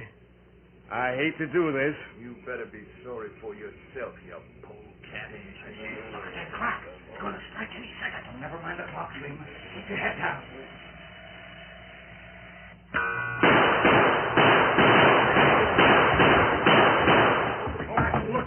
Why, they killed each other. Empty their guns. Somebody get the sheriff. Sheriff? That fella don't need no sheriff. He need the undertaker. I know they was a pair of killers the minute I first laid eyes on them. Kramer and Langley feller, them think that pretty funny joke. You mean them two Ranahans went through all that hullabaloo just for a joke? That's right. Well, what happened when the sheriff got there? Or the undertaker? They'd arrive at the scene of the shooting to find Langley and Kramer slapping each other on the back and laughing their sides out. Everybody in the place scared out of their wits, huh? Kramer and Langley never bothered to explain that they do their shooting at each other with blank cartridges. Blank cartridges? Well, of all the loco stunts I ever heard of, that sure is the worst. Well, I guess we can stand another log on the fire. So you figure if Kramer shows up here tomorrow, the other fellow, Langley, will be along asking for a job in a day or two, huh? Yes, I think you can depend on it. The masked rider and his Indian friend were gone when the ranch house came to life the next morning. After breakfast, Jeff Morris and his daughter Janey joined a group of cowboys in the ranch yard to watch young Jack Page as he put the black mare Lady through her paces. That mare is just the smartest piece of horse flesh I've ever seen in my life. And the handsomest, aren't Ed? Well, now, who are you talking about, the horse or Jack Page? Well, they're both very handsome, if you must know. Oh, a fella's looks don't mean nothing, Janey. But I'll sure take my hat off to a fella that can handle a horse the way Jack handles that mare. Look, he's teaching her a new trick. Oh, he's teaching her to count. Sometimes she behaves beautifully, and other times she's awfully stubborn. A genuine female characteristic. Oh, you. Uh-oh. Looks like we got company coming. Oh, it's that Kramer gent. Jack, come here a minute. Huh? Oh, what do you want, Jack? Here comes young Kramer. Now, we ain't supposed to let on like we know about him and his partner, Langley. Savvy? Don't worry, I'll keep mum about it. And you too, Janey. Oh, I wouldn't spoil their fun for the world. Besides, I'd like to see Sheriff Dixon get all excited when the shooting starts. Yeah. Hold it now. Howdy, Kramer. Easy. Howdy, folks. This is Bud Kramer, the new wrangler I hired in town yesterday. Oh, there, lady. What's the matter with you? That's quite a mare you got there, mister. There ain't none better, Clip. Hold, girl. Hold steady there. What in the world has come over? Now, cut out that prancing around. Acts kind of nervous. What'd you call her? Her name's Lady. Hold, girl. Now, easy there. Easy now. Oh, easy. Looks downright intelligent. Easy. Hello, lady. Well, now, look at that, would you? What's the matter, girl? I'll be darned. Anybody would think they was holding a regular conversation. Didn't I tell you this fella knowed how to handle horses? I'll bet you're a pretty good trick horse, huh, lady? What? Look. She's nodding her head. How in the world do you do it? I reckon it calls for a heap of patience, Miss Janey. Jack's been trying to teach her to count. Oh, shucks, that ain't nothing much for a smart horse to do. Our lady here. Let me see your teeth, lady. About a 5-year-old, huh? Yeah, that's right. Lady is 5. I suppose you can show me how to make her count up to 5, huh? I'll bet you $100 against the mare. She'll do it the first try, mister. Feel like gambling?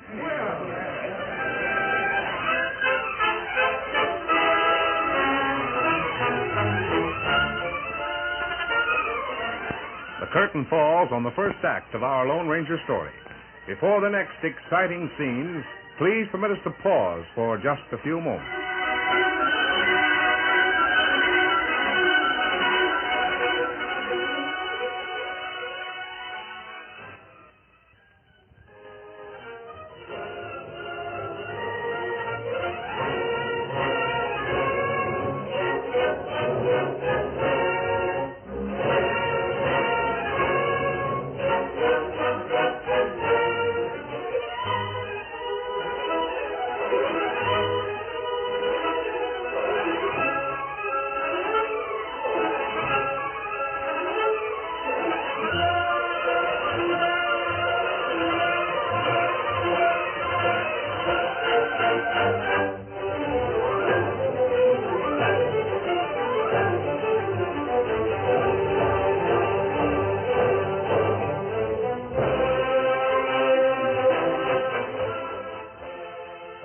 Now, to continue our story.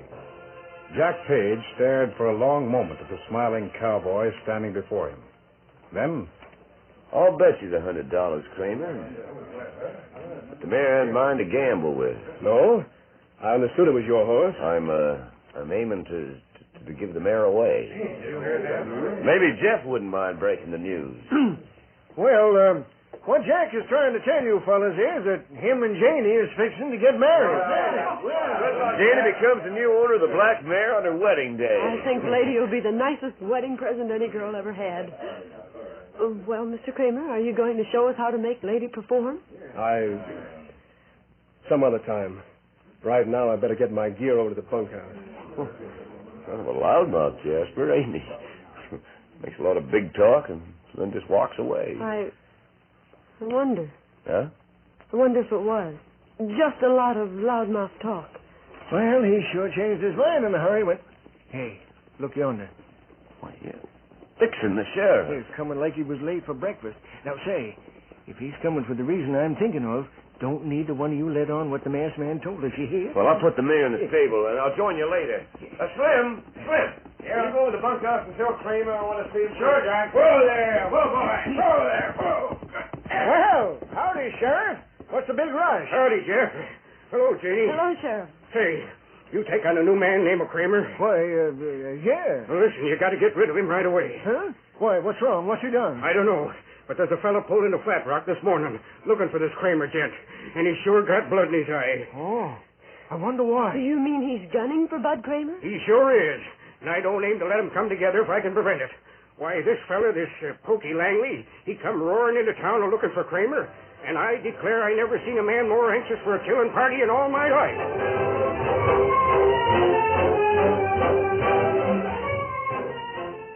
While Sheriff Dixon told the secretly amused rancher and his daughter about the arrival in town of Pokey Langley, Jack Page, the foreman, slipped quietly away from the rear of the stables and approached the corner of the long, rambling bunkhouse. Hey, Kramer. Yeah? Page wants you to come over to the stables. Right. Be there in 2 shakes. A moment later, Jack Page stepped quietly through the doorway of the deserted bunkhouse and went quickly to the blanket roll that belonged to Bud Kramer. Maybe just a footloose cowboy, and then again, maybe not. But just in case, won't do no harm to find out in advance. Nothing very unusual here. Hey, what's it? Get this bedroll made up like it was and get out of here. So, our fun-loving friend likes to torment the lawman, huh? That's what the masked man said. But the masked man didn't bother to say just why Bud Kramer carries the United States Marshal badge in his bedroll and a murder warrant for Jack Page.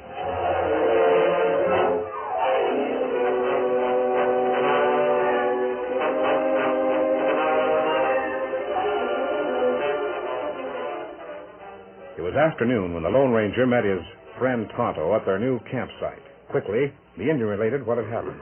Plenty big excitement in town, Kemosabe. Langley feller get there this morning, make much fight talk about Bud Kramer. Well, we expected that, didn't we? But you not savvy about Page feller, Kemosabe. Page?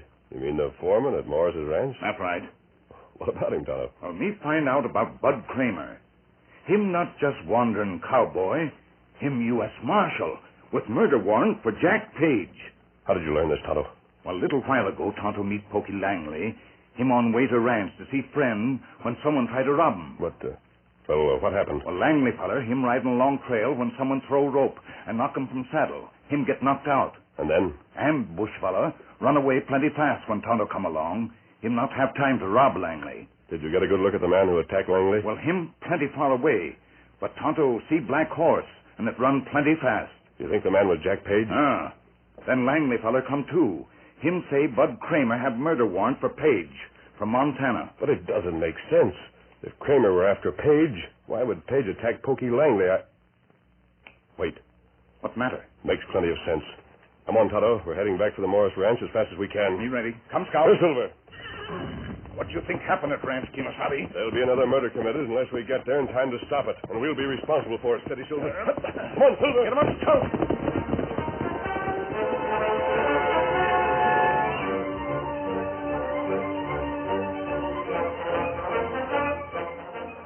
When Pokey Langley arrived at the wagon wheel for the make-believe gunfight with his friend Bud Kramer, it wasn't hard for him to pretend to be in a furious temper. Ho, ho, ho, fella, ho. I'm looking for a no-good critter known as Bud Kramer. Told me in town I'd find him out here. Well, is he here or ain't he? Just like the sneaking critter to be hiding someplace out of sight. What are you laughing about, young lady? Oh, you must be Mr. Langley. Well, how come you to know my name? Mr. Kramer told me about you. Oh, he did, huh? Mm-hmm. Well, just where can I find that pizen sidewinder? Oh, I reckon he ain't far away, fella. Last time I seen him, he was oiling his guns and saying how anxious he was to meet up with you. He probably stole your fastest horse and lit out when he heard I was heading this way. Why, if I had... Oh, my goodness, such awful names. Oh! Hey, Bud Kramer. At last I've caught up with you. You ain't caught up with nothing but the Undertaker, you puffed-up windbag. Whenever you're ready, you can stop shooting off your face and try shooting that six-gun you're packing. You folks stand back out of the way. I don't aim to see innocent people get hurt while I exterminate this double-crossing varmint. What? I'm going to count to 3, partner. You better be ready to grab your gun. Start counting, you black-hearted weasel. Hey, look, there's a couple of riders coming. Let them come. One. I'd sure like to know what that young lady's laughing about. She's laughing to think how you're going to look when I get through with you. Two. Well, hurry up and get the three. Three. Hey, what's the idea? Fun and everything. Say, did you see that? The masked man shot the gun out of Pokey's hand. Doggone it all, you sure put the kibosh in a good shooting party, masked man. Sorry, Bud. Pokey, pick up your gun. Take a look at the cartridges. Huh? Oh, what are you getting at, anyway? Look at your gun. Oh, sure. Hey. What is it, partner? Well, Bud, I'd have killed you dead in a doornail if the masked man hadn't have got here when he did. Look. Well, for the love of... What's the idea of putting real bullets in that gun? But I didn't. I put blanks in before I left town. Now you know why you were attacked and knocked unconscious on your way out here, Pokey. What's that you say? Sorry to give you bad news, Jeff, but Bud Kramer here happens to be a United States Marshal with a murder warrant for Jack Page. Oh, no. No, that can't be true. I don't know how to tell you how sorry I am, Miss Janey. Let me tell you how glad I am.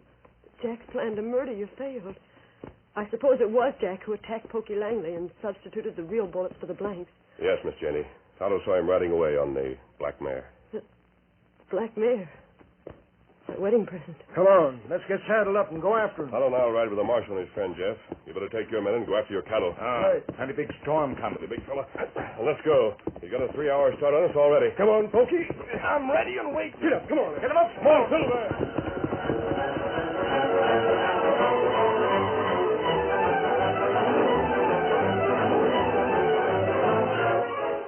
Throughout the afternoon, Jack Page headed the black mare into the upland country.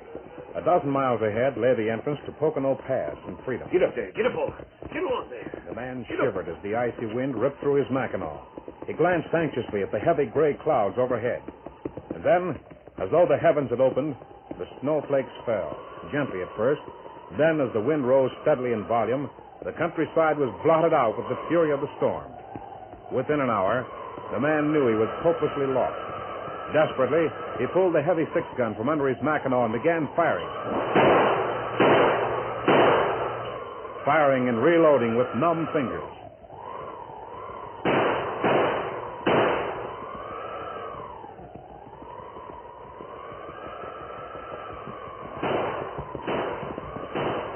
Listen, up ahead.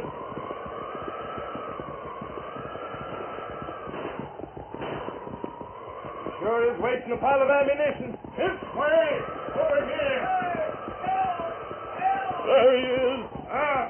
In firing shelter on the cliff. Come on, let's get his guns and ammunition. You go back to ranch tonight, see what's happening? No, Tonto. We got a fire going into that cliff and wait for daylight.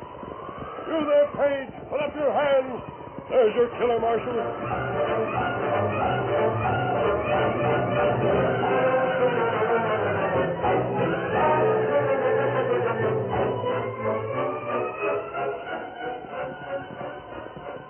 Mid-morning when the party returned to the wagon wheel with their prisoner.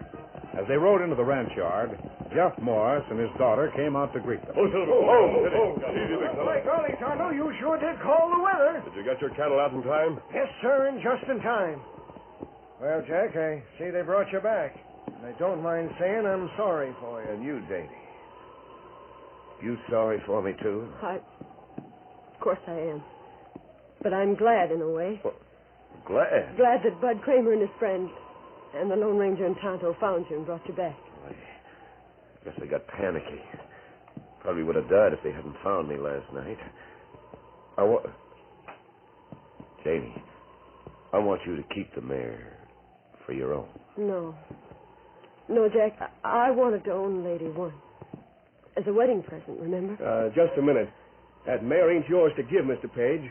So climb off. What's that you're saying, Kramer? The mare was stolen from me up in Montana over a year ago. And Page killed the fella in a gunfight. Took the mare and headed south. No, that's a lie. Well, the horse ain't even branded. How can you prove anything? I wanted to show you once that I knew how to handle this lady horse better than you could. And I found out Miss Janey was getting the mare for a wedding present. I changed my mind then. Now I reckon I can change it again. What do you mean? I just want to show you one trick you never knew that a horse could do. Lady. Buck, lady. Buck. Turn it loose, lady. Stop it. Now cut it out. Take your stop. Let's go now. Now, that's what I all getting unloaded in a hurry. Oh, excuse me for laughing, but it was funny. Jack, can you lend me a horse to take this fellow to town? Sure, you bet, Marshal. Hey, you Waddies, keep that bunkhouse door shut. Janey, Yes, Bud? I don't figure to stay in this law business much longer. Thought maybe I'd get me a little place close by and settle down, maybe. Oh, but that would be very nice. Yeah.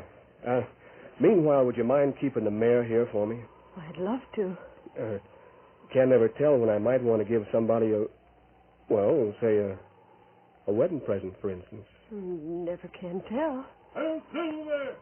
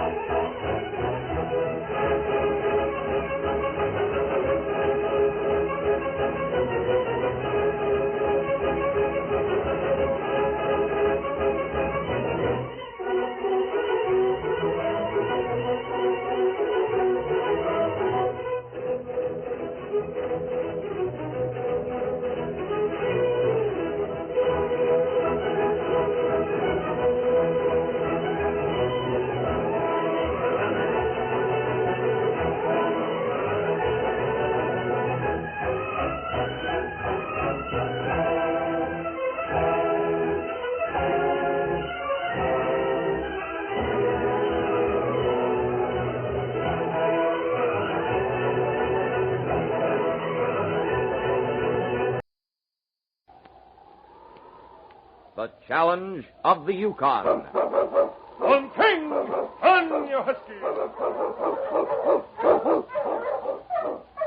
The Wonder Dog King, swiftest and strongest of Eskimo lead dogs, blazes the trail through storm and snow for Sergeant Preston as he meets the Challenge of the Yukon. Sergeant Preston was typical of the small band of Northwest Mounted Police who preserved law and order in the new Northwest country where the greed for wealth and power led to frequent violence and bloodshed. But in spite of the odds against them, Sergeant Preston and his Wonder Dog King met that challenge, and justice ruled triumphant.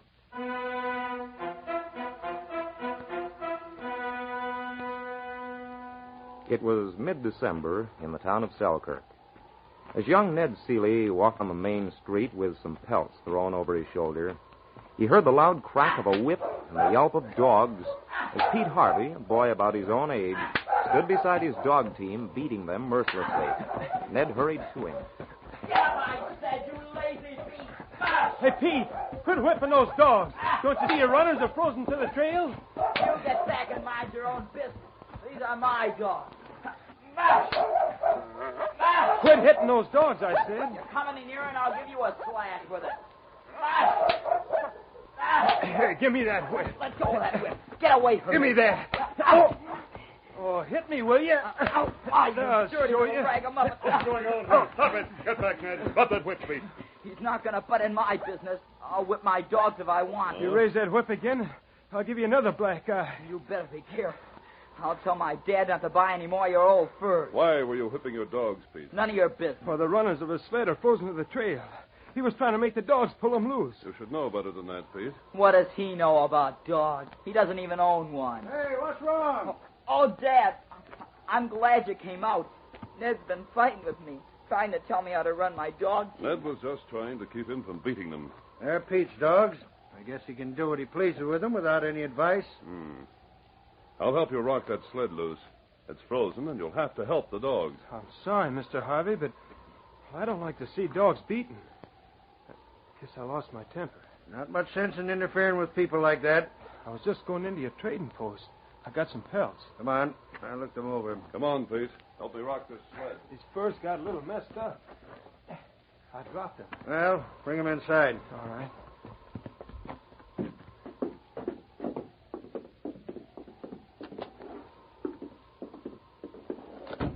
Give them to me. I'll look them over. Here. They're pretty nice ones this time. Jules and I did well this trip. You're too young to be much of a trapper. Oh, but Jules knows all about it. He's teaching me. Yeah. How's your father's leg?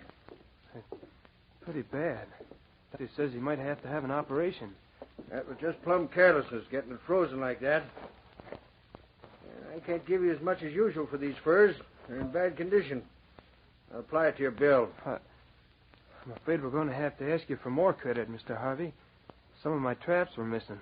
I'll have to get more. Your dad owes me almost $500. I can't give you any more. Oh, but golly, Mr. Harvey, you know we'll pay it back as soon as Dad's better. I know you've had a lot of trouble, but I ain't made of money. Well, Sergeant, did you get the sled loose? Yes. I'd like some flour, Ben, and some beans. I'll get them for you. Be back in a minute. Oh, hello there, King.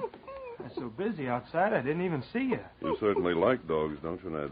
Oh, gosh, I sure do. I wish we could afford one. I'd have taken your side out there with Pete, but I didn't for your sake. I knew you were going to bring those furs to his father. I'm glad you didn't. You know how he is about Pete. He won't listen to reason about it. Yes, I know. Gee, if I just had one dog, I'd be the happiest kid in the Yukon. And he's got 4. Well, after all, his father raises them. Pete sure is lucky. Dogs are so expensive up in this country. I don't suppose I'll ever own one. How's your dad, Ned? He's pretty bad, Sergeant. It's going to be a lean Christmas for us this year.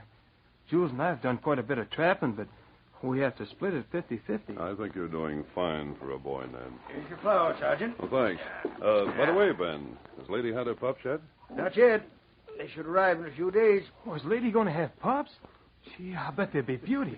They should be. The father of them is the finest Malamute in this part of the country. I expect to get about 200 apiece for them. Oh, Lady's a beautiful dog. She's as mean as sin, though.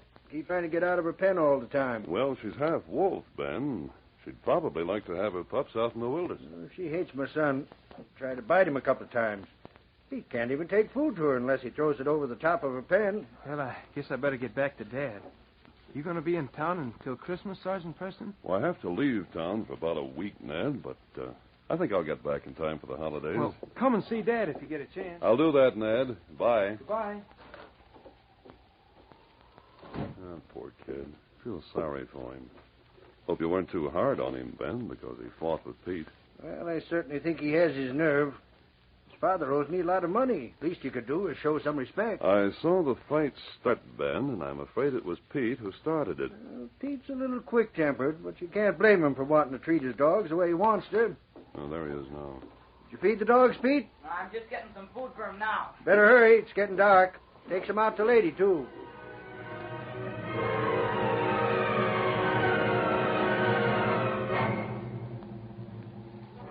Pete walked slowly toward the pen of the big husky called Lady.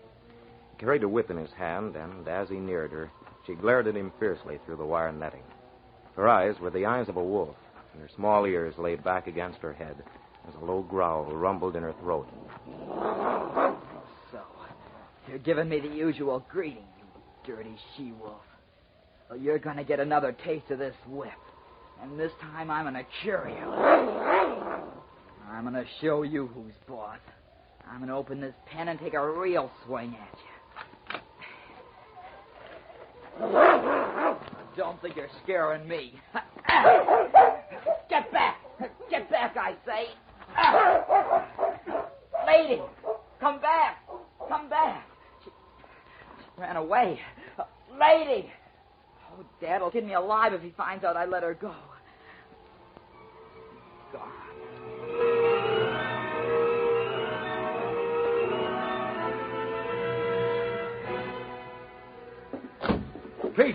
Pete, get up. Get out of bed right now. What's wrong, Dad? Lady's gone. Her pen door was open. Gone? She was all right when you saw her last night, wasn't she? Why, sure she was all right. Either someone stole her or she was let out on purpose. Aren't there any tracks? It snowed last night. It started when you went out to feed the dogs, don't you remember? That's right, it was snowing. I don't see how anyone could have stolen her. She'd have raised a rumpus. I'd have hurt her. Do you think someone could have let her out on purpose? That's what I was thinking. Ned Seeley heard us talking about her after he had that fight with you. I'll bet he did it. He was mad because I hit him a slash with my whip. He's the only one I can think of. Trouble is, there's no way we can prove it.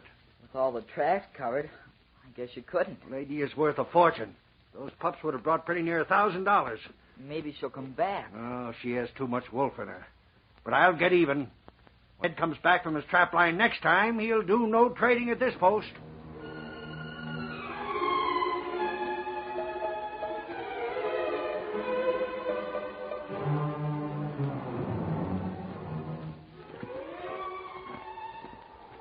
It was a week later. Ned Seeley and Jules, a French-Canadian trapper, were nearing the farthest point of their trap line. As they neared one of the traps, Ned's voice almost broke with anger. Oh, this one too, Jules. This box is completely destroyed. It's been torn to ribbons. See, there are tracks. Tracks of a wolverine. It's ruined 3 of our catches. That is worst animal in forest. He kills only for love of killing. In that beast is the devil. We'll have to hunt it down. That we must do. It has not snowed since he was here. Maybe we can find him. Come.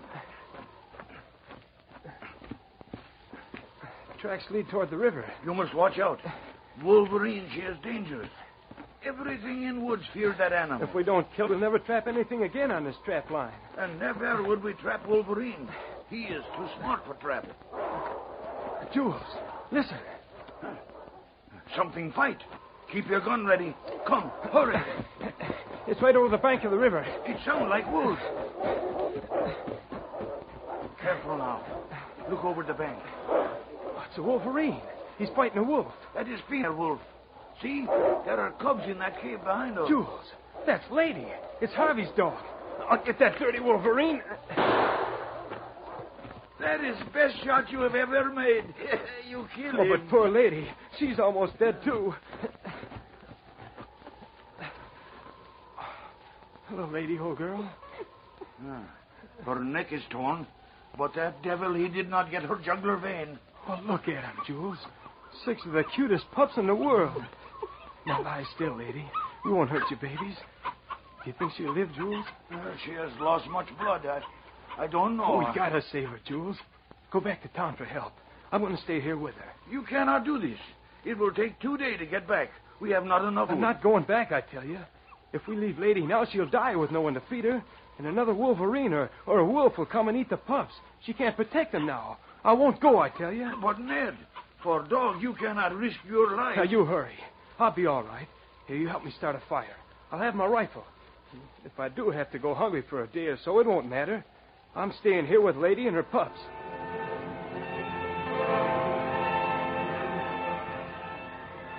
A night and a day had passed. Ned kept the fire going in front of the small cave. He had shared the last of his food with the lady, and darkness was falling as he sat beside the dog, stroking her head. Never mind, old girl. Jules will bring someone soon. What's wrong, Lady? Oh, no. You can't get up. Lie still. There's someone coming. That's what you heard. Yeah, 2 men. Hello? Hello, man. Are you all right? Yeah. Lie still, lady. They've come after us. We're going to get you home. Okay. Oh, Sergeant Preston. How did you get here? Jules met me on the trail. It's about halfway to town. So that's how you got back so soon. Oh, gee, I'm sure glad to see you. I'm all out of food. How is Lady? Oh, she's still pretty sick, but she isn't going to die. And the pups are fine. It was nice of you to do this, Ned. Especially when Ben Harvey blamed you for letting Lady go. Blame me? Well, what do you mean? He thought you deliberately let her out of her pen because of the price he gave you for those furs. Well, how could he blame... I told him he was being ridiculous. The lady's got some whip marks across her face. Oh? They're healed, but you can still see them. Yes. And I have a good idea who put them there. We'll get her back to town at once.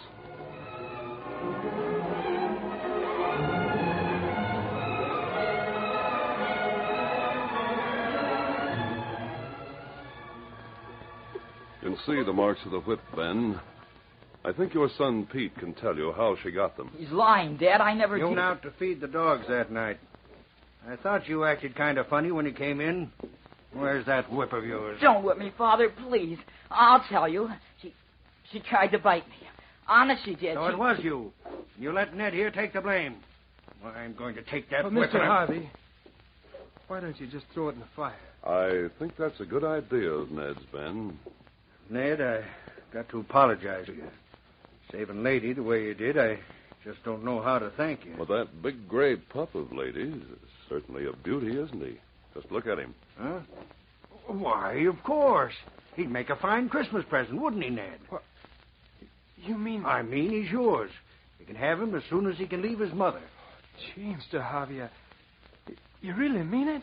I've been all wrong about you, Ned. You tell your dad not to worry either.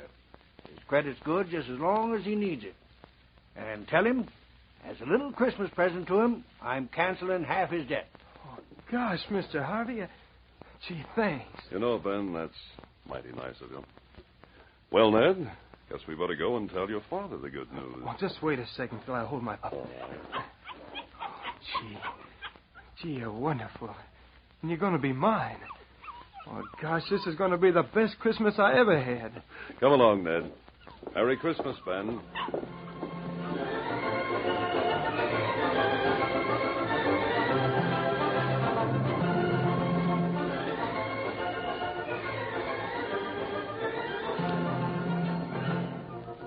These copyrighted dramas originate in the studios of WXYZ Detroit, and all characters, names, places, and incidents used are fictitious. They are sent to you each week at this same time. This is Larry McCann speaking. This is the Michigan Radio Network.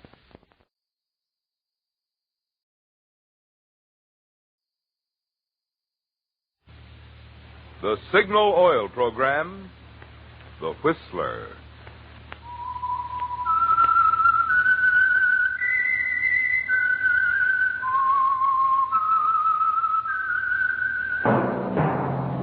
That whistle is your signal for the Signal Oil Program, The Whistler.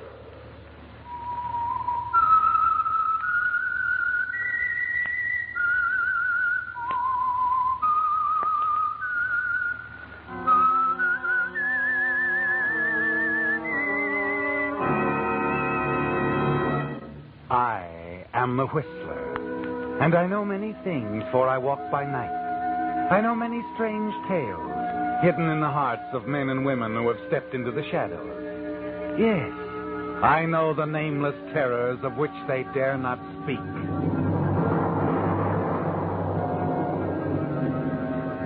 Yes, friends, it's now time for the Signal Oil Program, The Whistler, rated tops in popularity for a longer period of time than any other West Coast program in radio history.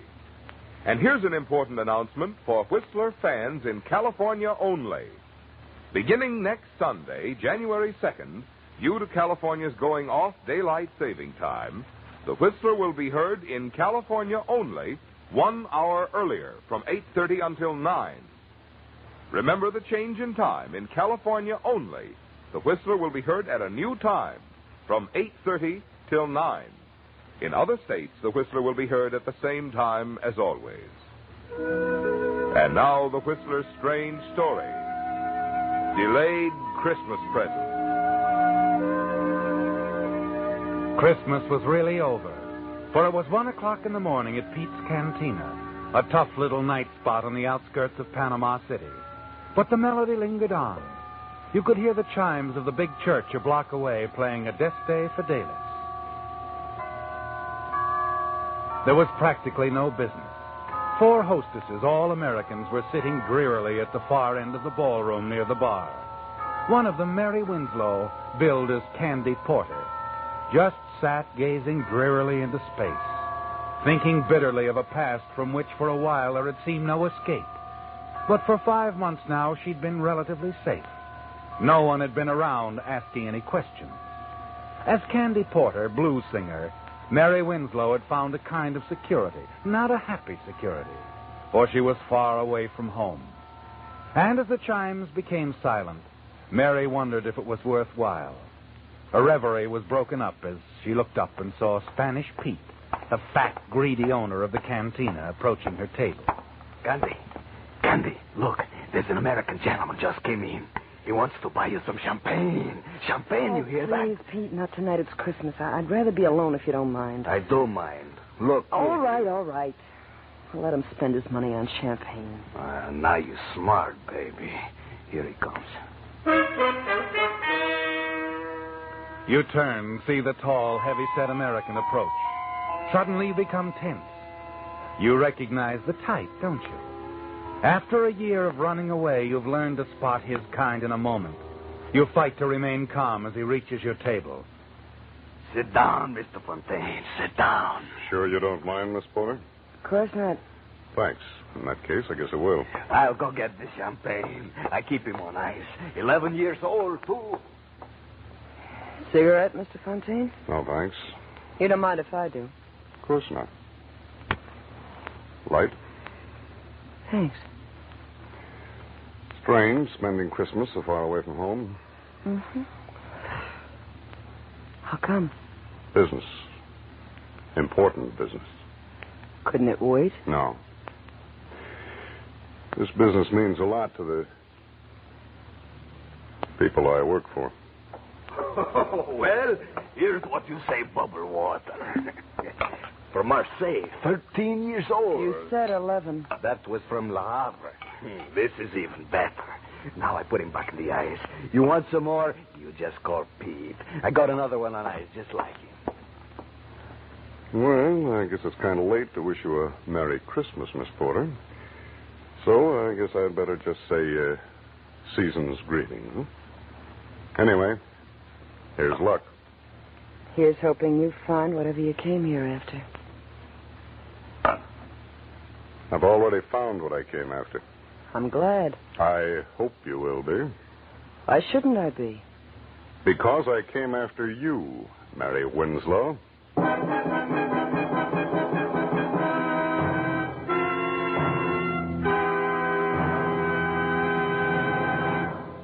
With the prologue of Delayed Christmas Present, the Signal Oil Company brings you another strange story by The Whistler.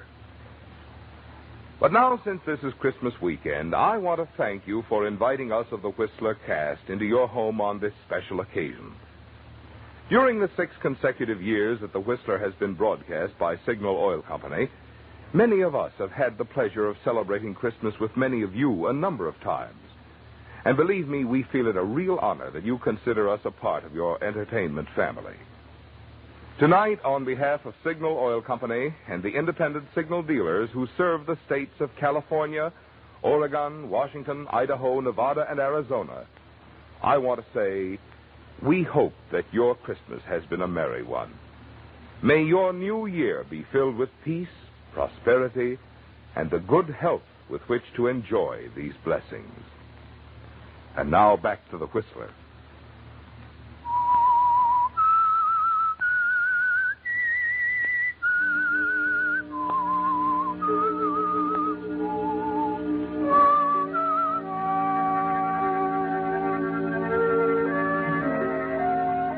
After a year, it doesn't seem fair, does it, Mary Winslow? After a year of hiding, using one name and then another. After 5 bitter months of singing at Pete's Cantina as Candy Porter, blues singer, this man Fontaine has come to take you back to the States, to face the consequences of one horrible night. You're sure he's a detective. He couldn't be anything else. You can't run again. There's no place you could go. You've only one card left. And as you face the man across the table and listen to his even, level voice, you decide to play it. If you play it carefully, it might be an ace. I think you know why I'm here. We're leaving in the morning for Los Angeles, Miss Winslow. Like the billing says, my name is Candy Porter. I know what the billing says. I know what it said in Brooklyn when you were billed as Doris Trent, in Denver when you were billed as Gladys James. But when you first took a powder out of Los Angeles, you were Mary Winslow. You know, it's almost funny you should call me Mary Winslow. We used to work together, her and me, in the same floor show. We could have been billed as twin sisters. The customers used to mistake us for each other, too. Now, look, Miss Winslow, let's quit kidding. I'm not kidding. A lot of other people have made the same mistake you have. And like I said, I knew Mary Winslow intimately. I think I could help you solve your case if you let me tell you about her. Sure. Go ahead, if it'll make you feel any better. Thanks. You see, Mary Winslow was really just a good kid that got a bad break. In love with this swell guy and scared to death of a hoodlum. She told me all about it. It's quite a story. I'll bet it is.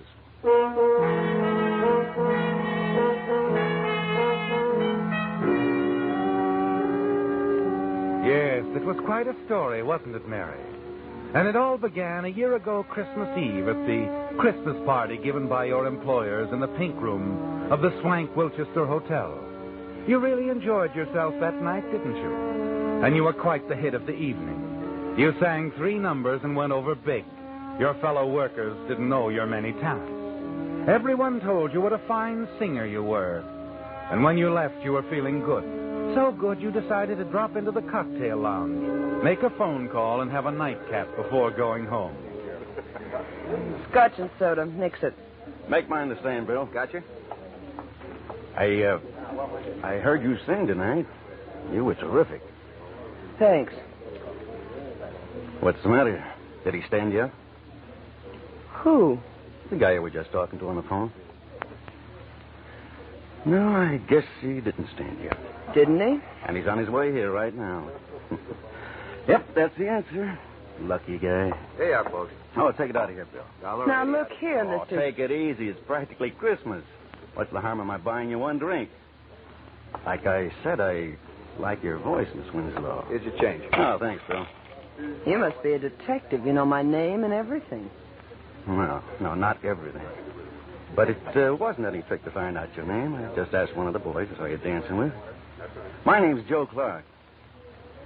Oh, I see you've never heard of me. Should I have? A lot of people have. Most of the boys and girls around the night spots know me. Well, then that accounts for my ignorance. You see, I seldom haunt the night spots. Well, you should. With a voice like yours, you could be packing them in a good nightclub. Oh, now I get it. You're a professional talent scout, and you want to get me into the movies. No. I'm a gambler. Shock you? Why should it? Live and let live is my motto. And that's exactly what I'm going to do right now. What? Live my life and let you live yours. Good night, Mr. Clark. My. Just think, tomorrow I can tell all the girls at the office I met a real live gambler.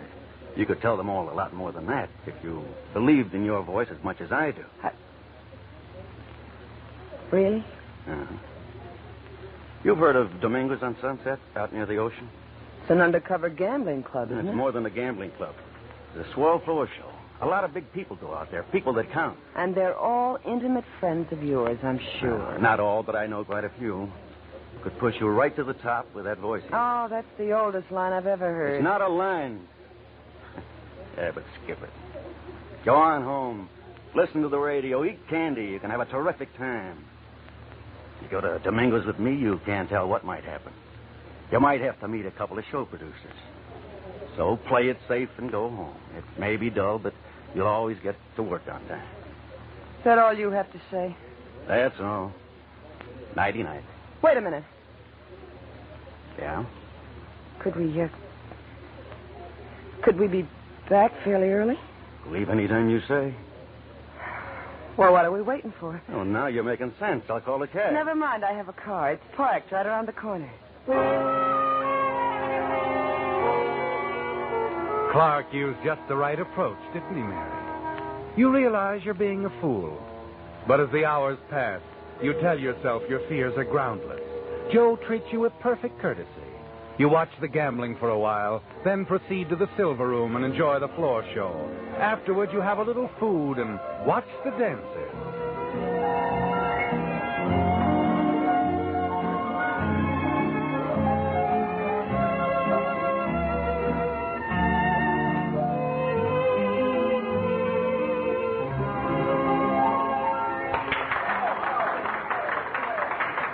Suddenly, you've had enough. Joe, do you mind if we leave now? I said we'd leave any time you said. What hit you? The music? Yeah, I guess that's it. Another guy? Another guy. My fiancé. What happened to him? He's in the Philippines. Research. Oh. Chemist? Doctor. Dr. Frank Wilson, M.D. That was his car we drove out here in. He told me to keep it warm for him. Well, too bad. We could have had a lot of fun. Well, shall we go?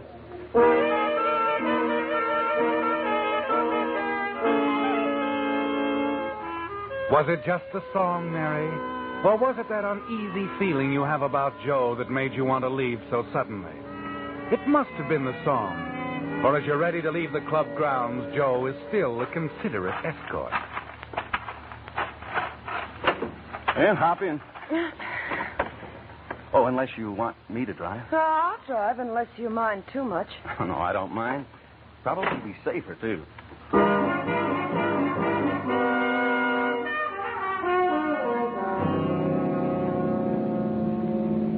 For several miles, Joe says little, seems preoccupied, and you feel relieved when he breaks his rather strange silence. Oh, say, Mary, would you mind stopping for a minute at drive-in? All of a sudden, I've got an awful headache. Maybe I can get some aspirin. I doubt it, but we'll give it a try. You can keep the motor running while I'm gone. I'll only be gone a few seconds. Okay. I'm dreaming of a white Christmas.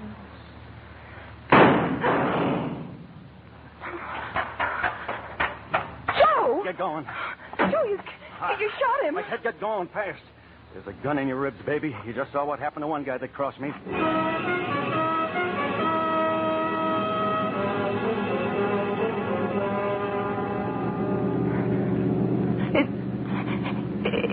Is he dead?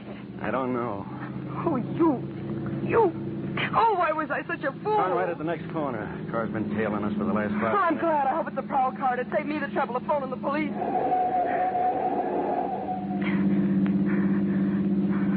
He didn't turn, baby.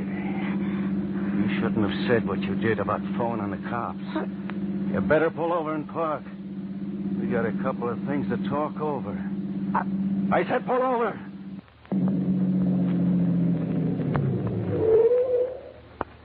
Yeah, that's better. Please, Joe, don't kill me. I know you can do it easy, but I'll never talk about tonight. That's the way you feel now. An hour from now, you'll feel Oh, no, different. I won't. On my word of honor. I'm making a deal with you, Joe. I'm trading you my silence for my life. I swear I won't talk about it ever. Okay, I'll take a chance. You drove the getaway car, so we're partners now anyway. We're going to have a lot of fun together, you and me. Now, how about dropping me off at my place? Tell me where to go. I live about 6...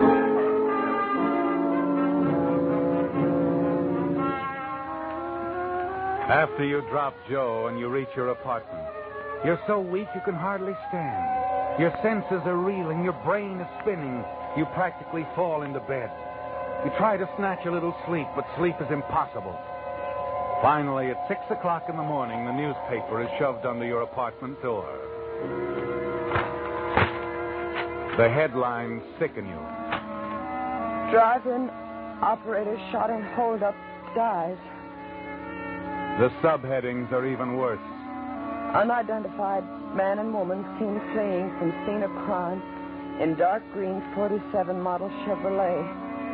Pedestrian believes he can identify both car and woman. There it is, Mary. Hopeless, isn't it? Even if you called the police, your story would sound phony now. It's closing in on you, isn't it, Mary? Yet frightened as you are, you're certain of two things. That you're not going to become further involved with Joe Clark. And you won't allow any unfavorable publicity to fall on your absent fiancé, Dr. Frank Wilson. You were foolish to risk a life of happiness with him, weren't you? For a few moments of excitement with a gambler, a murderer like Joe Clark. But you decide there's only one thing you can do, Mary. Leave town, disappear, and never see Clark again. You dress hurriedly, packing only a few belongings, and then spend Christmas Day and night at the home of a girlfriend. The next morning, you're on an eastbound plane. 3 months later, you're singing in the Golden Lion, a prosperous little nightclub in Brooklyn, New York, where you become a featured performer under the name of Doris Trent. You're a great success under your new name. And then one night you have a visitor. You're sure it's Mr. Vern Shields, London musical comedy producer.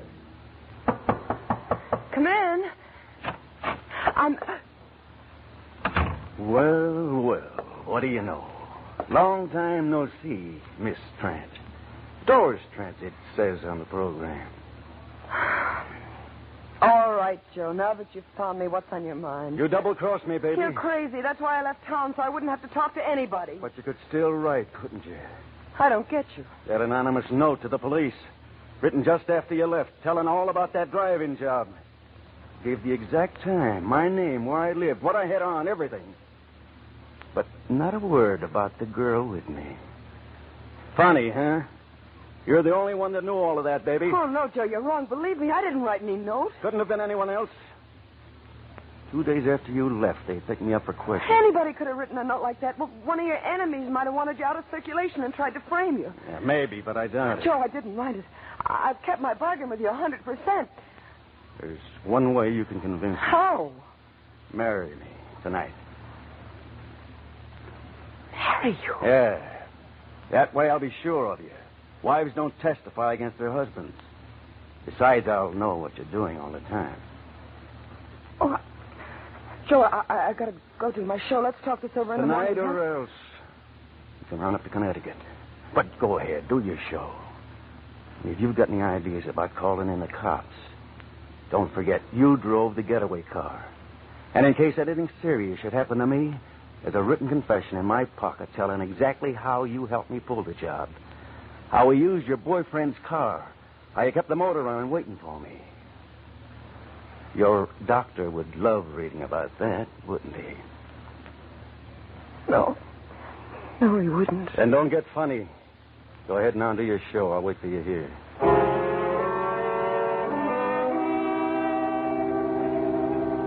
You start down the hallway toward the powder room off stage. Suddenly you realize what a fool you've been. But you're not going to keep on being a fool, are you, Mary? Not with that wall telephone just 5 steps ahead of you. Operator. Oh, operator. Get me police headquarters. Better quick. hang up quick, babe, and I mean quick. You should have looked around before you called. I had a hunch you'd try to double-cross me. Now I know for sure who wrote that note to the cops. Oh, I didn't, Joe. You just tried to call him, didn't you? All of a sudden, I've lost interest in getting married. We're just going for a little ride. Come on, babe. Start walking. No, Joe. I'm not moving a foot, not an inch. If I have to be shot, I'll take it right here. Let go of my arm. Hey, what's going on here? Something wrong, Doris? This guy bothering you? Yes, he is. He wants to date me. Tell him to leave, will you, Eddie? Maybe I'd better take him into the office and call the cops. No. Thanks, Eddie. There's no need for that. He's just another wolf. Tell him to leave. That's good enough. You heard what the lady said, Bud. Start traveling. Okay, chum. Anything you say. I'll see the lady later. We parked right across the street. Miss Trent. You should have let me call the cops. I would have if he hadn't had you covered with his gun. Oh? Thanks, kid. Eddie, I got to get out of town fast. After what you just did for me, that's a cinch. Grab some clothes while I phone my wife I'm bringing you home. We'll go out the rear entrance. My car's on the lot next door. Tomorrow I'll call a friend of mine in Denver. He'll put you to work right away. You better change your name, though. That'll be easy. I'm getting used to it.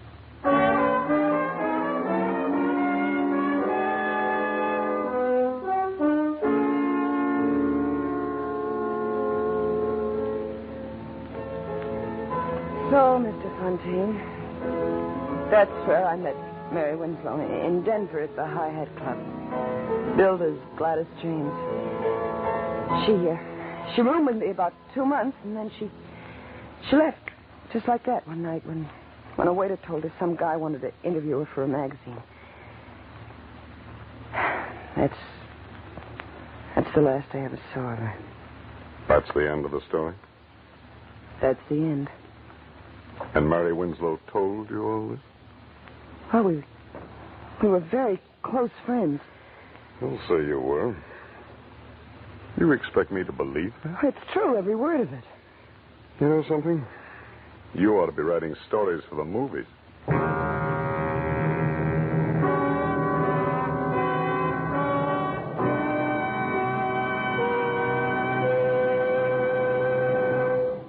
The Whistler will return in just a moment with a strange ending to tonight's story. Now that Christmas shopping is out of the way for another year, most of us are figuring ways to get our badly stretched budgets back into shape, which makes now a mighty appropriate time to talk about Signal, the famous Go Farther gasoline. Mileage, of course, is only one of the reasons that folks who insist on getting the most from each gasoline dollar choose Signal. In addition, they like the superior performance that goes hand in hand with mileage. You see, the only way today's Signal gasoline can give you such good mileage is by helping your motor run more efficiently. And when your motor runs more efficiently, you also enjoy quicker starting, faster pickup, smoother power, the things that make driving more pleasure. So, among your resolutions for the new year, how about resolving to put Signal gasoline to the test in your car? See for yourself why drivers who insist on quality, as well as those with an eye for economy, are both switching to Signal, the famous Go Farther gasoline. And now back to the Whistler. Well, Mary, it looks as though you've lost, doesn't it? That your one card wasn't enough. The man across the table, the man you're sure is a detective, who has come to take you back to Los Angeles to stand trial for a holdup and murder you had nothing to do with, doesn't believe you, does he? And the jury in Los Angeles won't believe you either. Yes, Mary, it looks as though you've lost, but you're going to play the game to the end anyway. And as the piano player across the floor plays the tune he's played 1,000 times in the last 2 weeks, you quietly watch Fontaine and await his next word. How long did you say you've been here? I didn't say. I got here about 5 months ago. Like it here? No. That's what I figured. Look, Miss... Cigarette? Yeah, thanks. Light? Mm-hmm.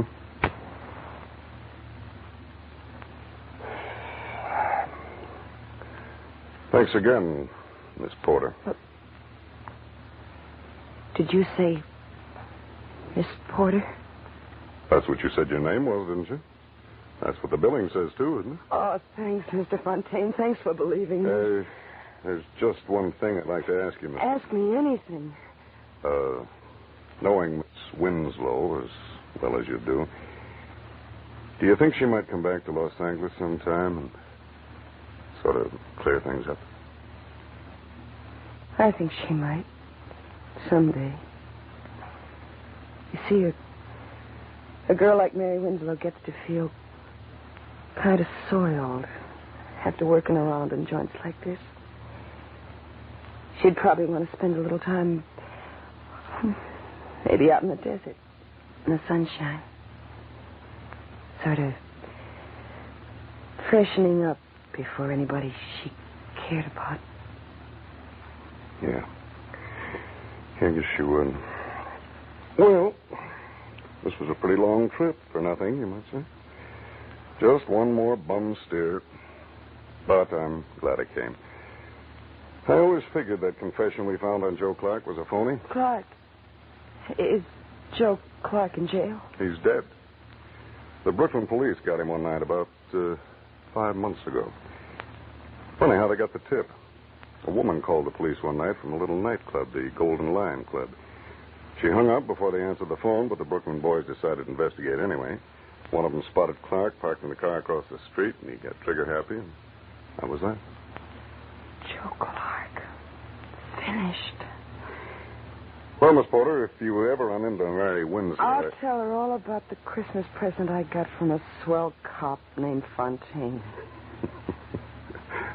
I'm not a cop, Miss Porter. You're not? Then who are you? I'm a private investigator, working for a guy named Wilson. Dr. Frank Wilson. Frank Wilson? That's right. He's in love with Mary Winslow.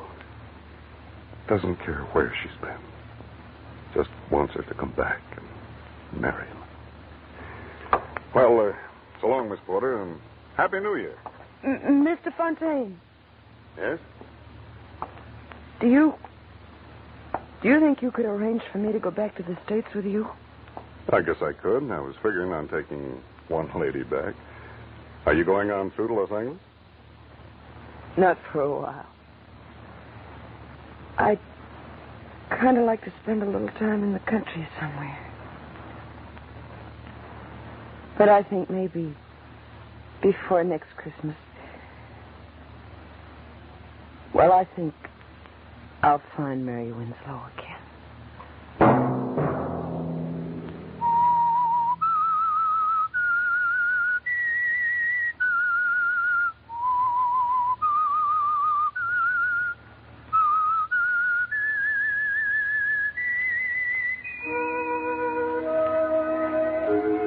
Let that whistle be your signal for the Signal Oil program, The Whistler. Now let me repeat an important announcement for Whistler fans in California only. Beginning next Sunday, January 2nd, due to California's going off daylight saving time, The Whistler will be heard in California only 1 hour earlier from 8:30 until 9.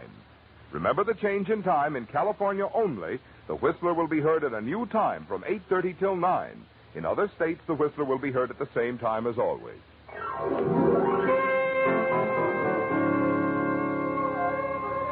Featured in tonight's story were Joan Banks and Jack Petruzzi. The Whistler was produced by George W. Allen and directed by Gordon Hughes, with story by Edward Bloodworth and music by Wilbur Hatch, and was transmitted to our troops overseas by the Armed Forces Radio Service. This is Marvin Miller speaking. This is CBS, the Columbia Broadcasting System.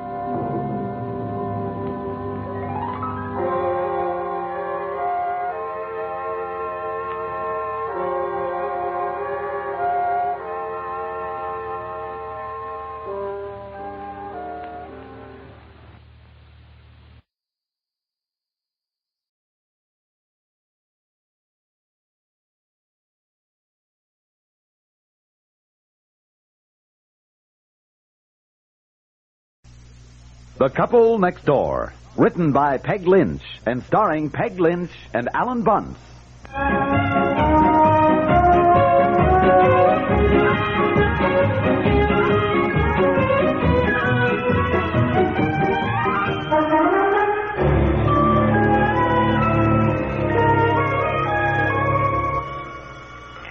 I got it. Hello. Oh, hi, Eleanor. Huh? Oh, I don't know. Just a second. She's wrapping Christmas presents. Yeah, wait a minute. Honey, you going to be home tomorrow? Oh, yes, all day. A million things to do. Who is it? Yeah, she is, Eleanor. Leaving?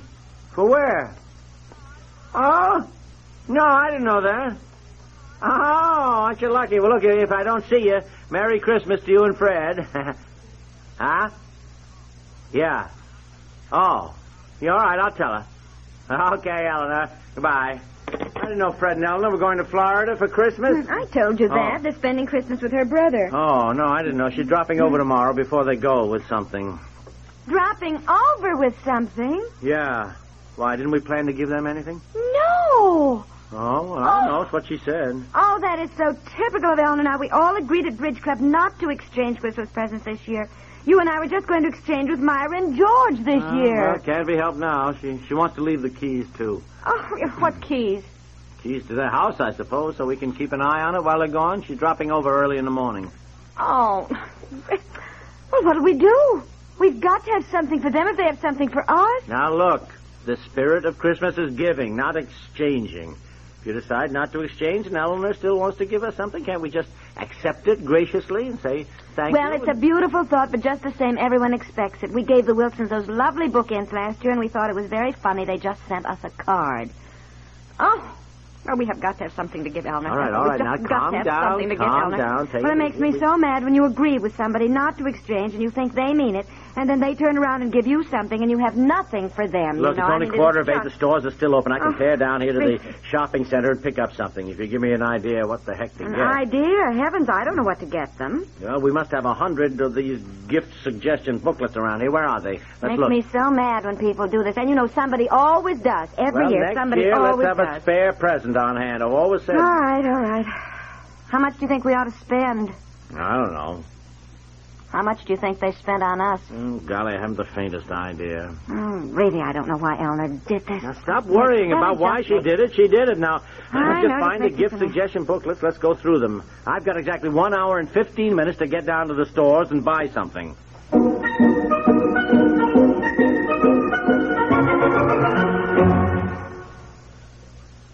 No men have earned the right to call the world their own. Two who have come fairly close on the basis of travel and experience are Edward R. Murrow and Lowell Thomas. Wanderlust has never served a more fruitful purpose than theirs, for it's their eyewitness experience that lends so much authority to their broadcasts. Monday through Friday evening on most of these same stations, you're listening to more than mere second-hand reports when Edward R. Murrow and Lowell Thomas are on the job. Each man has the knack, born from personal experience, of translating a headline into its historical values, a news feature into its full depth of meaning. You can't buy experience like theirs. But thanks to them and to CBS Radio, you can have it every weekday evening. Make Edward R. Murrow and Lowell Thomas a habit. It's a sure way to be fully informed and to be fully certain that the information you're getting is factual, couched in terms they understand and you understand, too. Edward R. Murrow and Lowell Thomas on most of these same stations.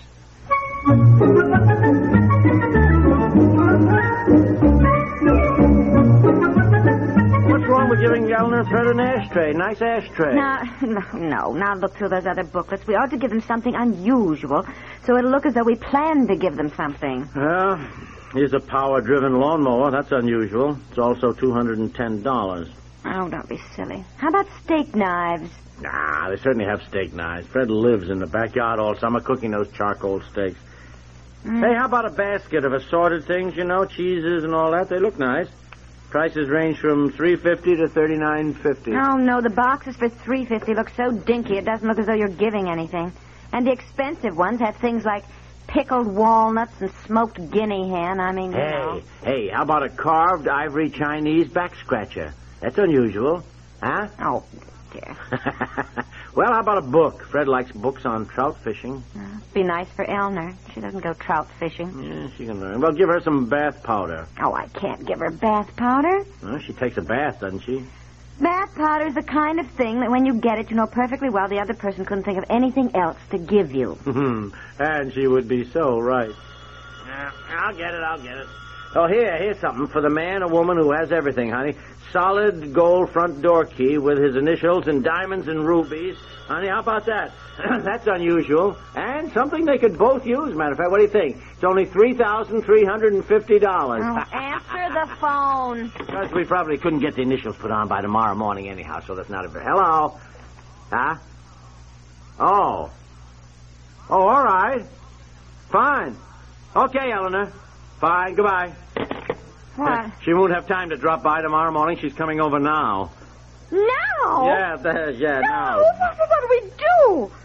If she's got something for us, we've got to have something for them right now. We'll have to wrap up something we bought for somebody else. There, what's that? A copper chafing dish. You can't take that. I bought it especially for Myra. It's exactly what she wants. Well, what else have we got? Oh, dear, here's the sweater we bought for your mother, the bedroom slippers for Uncle Bob. Oh, I've mailed everything. I've just mailed everything. Now, look, it'll only take Eleanor a few minutes to get here. We better wrap up that chafing dish. I spent $14.95 for that. I don't think we should spend that much on Eleanor and Fred. It's hardly just a little something. Darling, we have no choice. If you want something wrapped up by the time she gets here, now, come on. Help wrap it up. Is this the box? Oh, honestly, I bought that especially for Myra. She wanted a copper chafing dish. What does she think if I give it to Eleanor? Find some paper, will you? Paper. Hurry up. Buy Myra another chafing dish. I can't give Myra and Eleanor the same thing. They'd think it was very funny. They'd know perfectly well that I... Oh, not that paper. Oh, honey, that's my good 50-cent paper I bought to wrap your present in. Never mind. Now, hurry up. Will you get some Scotch tape? Oh, it's here somewhere under this mountain of wrappings. Wait a minute. Oh, I right, Eddie. Really, after all I said, Eleanor, about not exchanging, you Oh, know. What's the Jack. matter? What Well, is it? The What is- paper doesn't reach. It's 1 inch too narrow. Oh, well, now, wait a minute. I've got some extra large-size Christmas wrapping paper here someplace. Get out of the way. Just get out of the way. Well, you better step on it. Get I'm out of telling the you, way. she'll be here in less than 10 minutes. Go ahead.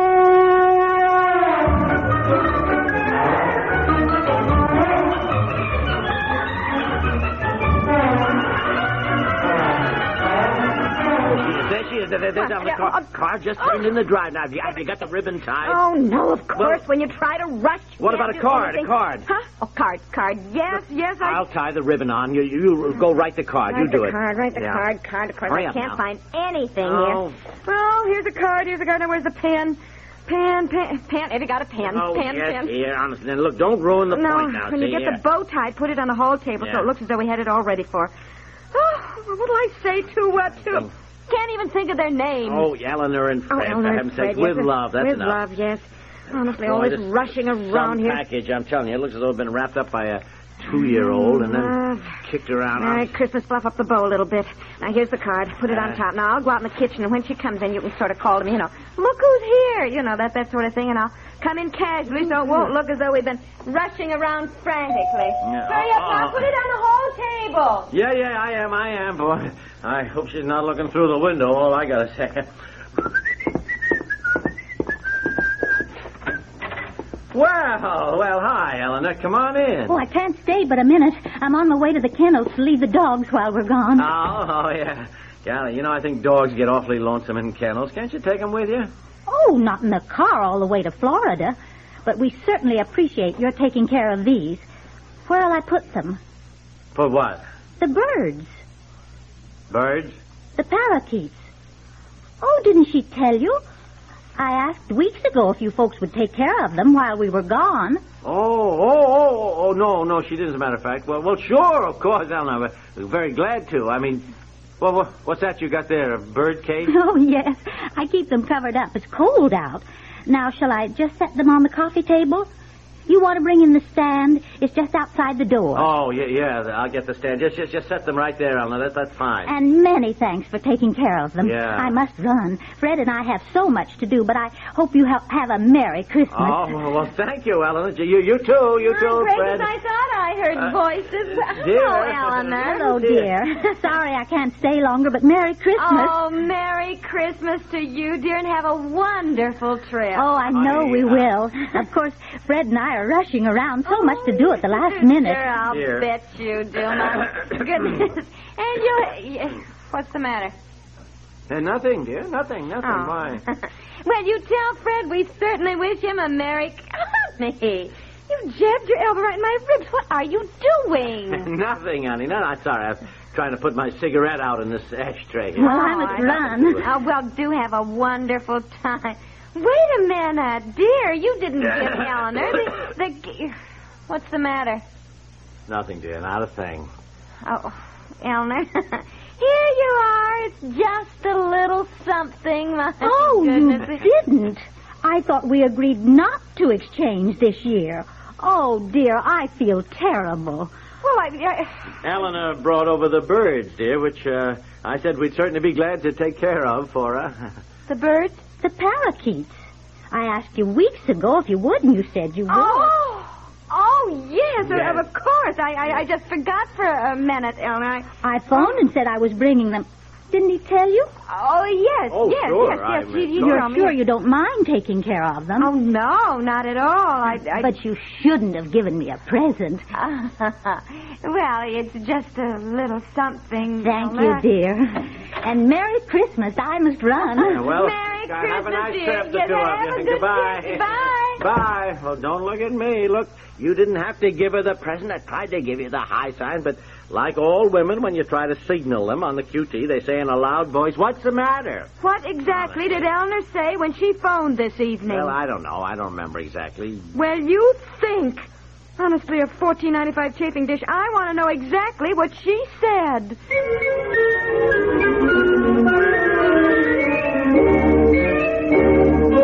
Look, there is no no sense of going on about it all evening. When Eleanor phoned, you told me she said she was bringing over a present. Well, can't we drop the subject? I gave her a $14.95 chafing dish. Now, not that I don't like her, I do. And she's been wonderful to me. She's always offering to take care of Bobby when I have to go somewhere. But I know Eleanor. She was upset I gave her something when we agreed not to exchange. And with all she's got to do, I know she's wondering frantically right now what she can give me. When she called tonight, she said she was dropping over with the house keys and the things for us, something like that. She said it in this giggly way people do when they have a present for you, you know. Yes, I know how she'd say it. Well, did she leave the house keys? Oh, no. No, she didn't. Look, you better call and remind her. Of course, I don't know why they'd ask us to keep an eye on their house. We're so far away. Why didn't she ask one of her neighbors? Well, I don't know. It's what she said. I'm bringing over a pair of keys, she said. I suppose to the front and back door, so... Pair of keys? Yeah. Parakeets! Huh? Parakeets, not pair of keys! Oh, for heaven's sakes, how could... All right. Really? Parakeets, yeah. Honey, what okay. is the matter I don't with know. you? I'm sorry. I never thought... Oh, I Parakeet. guess as you said, dear, the Yeah. spirit of Christmas is giving, not exchanging. Yeah.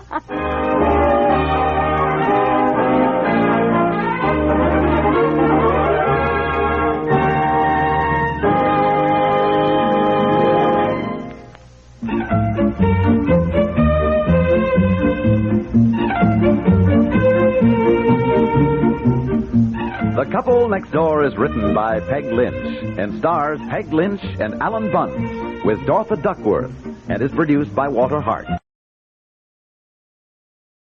The Jack Benny Program. LSMFT, LSMFT, LSMFT. Of course. That's it. Right you are. Lucky Strike means fine tobacco. At 49 American. Quality of product is essential to continuing success. And Lucky Strike means fine tobacco. So round, so firm, so fully packed, so free and easy on the draw. Yes, Lucky Strike means fine tobacco. And speaking of tobacco, here's what Mr. John William Hill, Jr., independent tobacco buyer of Winston-Salem, North Carolina, said. I've seen Lucky Strike buy ripe, naturally mild tobacco. And I know that when this tobacco goes into a cigarette, it means real smoking enjoyment. So when it comes to buying a cigarette for myself, I naturally add these things together and choose Lucky's. Quote, I've seen Lucky Strike buy ripe, naturally mild tobacco. Unquote.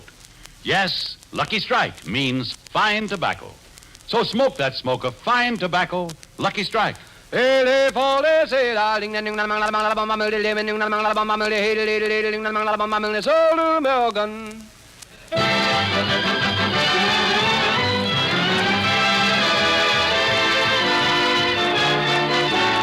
Lucky Strike program, starring Jack Benny with Barry Livingston, Phil Harris, Rochester, Larry Stevens, and yours truly, Don Wilson.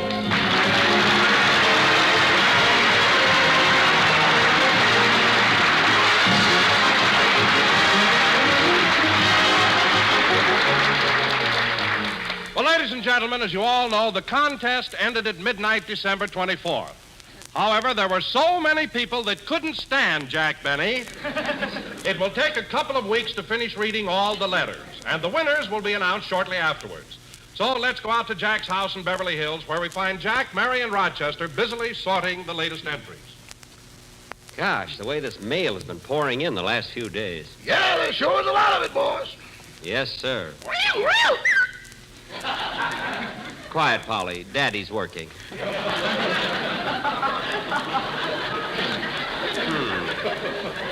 Look at this mail. It's absolutely amazing how many people can't stand me. Yeah, and Jack, look at this pile of letters over here. 48,000 of them. They're all from St. Joe. Now, wait a minute, Mary. There must be some mistake. They love me in St. Joe. You remember when I was there last year, they put up a statue of me in the public park. Well, they're sending it back. There's a hunk of granite in each envelope. Oh, Mary, you're just making that up. No, I'm not. Here's a note in one of the letters. What does it say? We're sending back all of Mr. Benny's statue except the ears. We're keeping those for bird baths.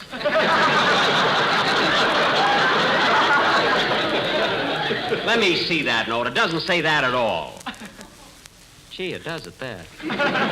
What am I going to do with all these pieces of my statue? Well, why don't you glue them together and set it out on your front lawn? No, I'd look silly out on the lawn without any ears. Well, maybe a couple of snails will crawl up and go to sleep in the right places. No, you can't depend on it.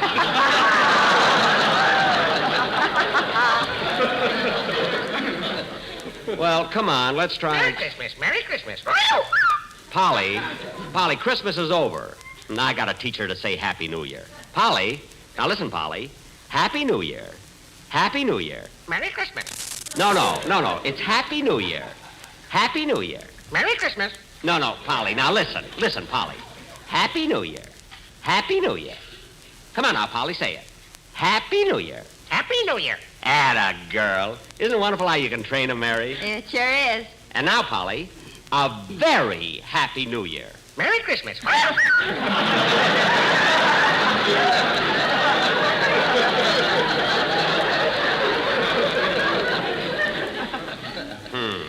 Smart parrot. Well, she's just a little nervous since I told her that the carrier pigeon she's engaged to is coming back from overseas.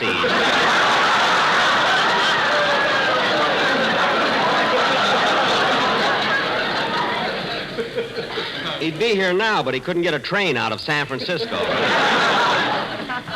He may have to fly. Now, let's see. We got to finish sorting the... Rochester, why did you tear up that letter? This one was a mistake, boss. It said, I can't stand Rochester. Who signed that? The gas man. Well, we haven't heard from him in about 5 years. Mary, what are you laughing at? Get this letter. I can't stand Jack Benny because he plays the violin. Signed, a dead cat. That's probably from somebody. Probably from somebody who doesn't like me. Could be. Certainly, huh? Oh, boss, you won't believe it. What is it, Rochester? Here's a letter from the Big Three. The Big Three? Well, what does it say? We couldn't stand Jack Benny before the contest. Signed Anaheim, Azusa, and Cucamonga.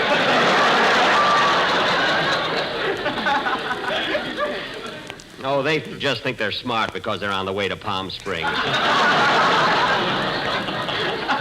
Anyway, there's the phone. I'll get it. No, Rochester, you stay with the mail. I'll have Nottingham answer it. Nottingham? Jack, have you still got that English butler around here? I thought you only hired him for last week to impress the Colemans. Well, we're so busy with the mail, I kept him on to help out.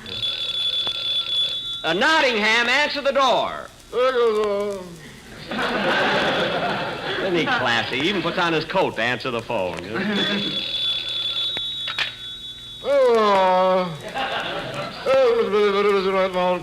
Will you please tell me what's going on?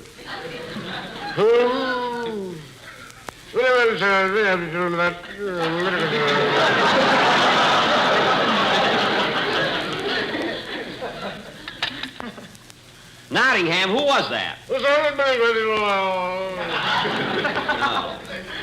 All right, Mary, now we'll have... Jack, what did Nottingham say? He said my lawyer was on the phone. I thought he said the grocer. No, Mary. Grocer is grocer.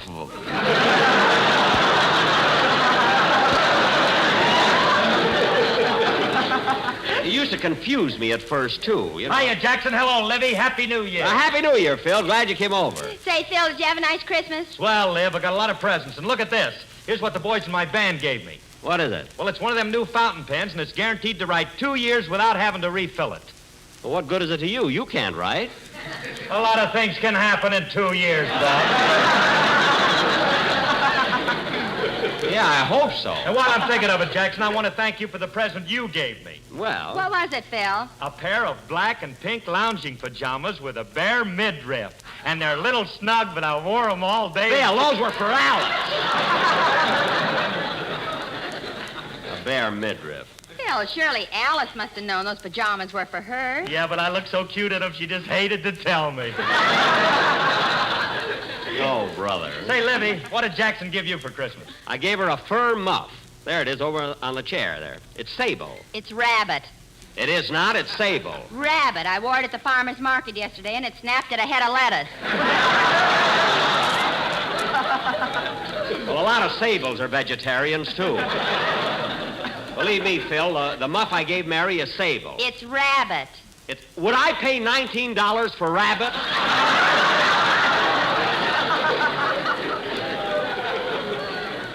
Would I? You wouldn't pay $19 for $20. I would, too.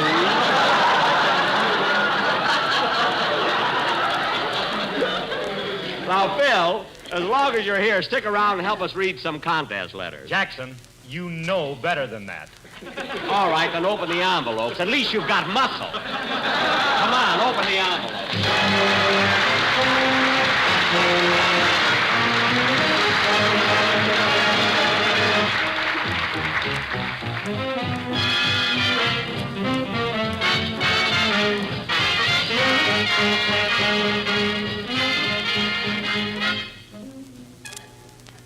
Gosh, I never saw so many contest letters. Take 2 weeks before we can finish reading them. Hey, Jackson, listen to this letter. Phil, stop showing off. We know you can't read. This one's got pictures on it. Oh. Now, the first 6 words must be, I can't stand Jack Benny because. Yeah? And then there's a picture of your face and the body of a jackass. There is? Yeah. You know, Jackson, if you didn't need to shave that jackass, it'd look pretty good.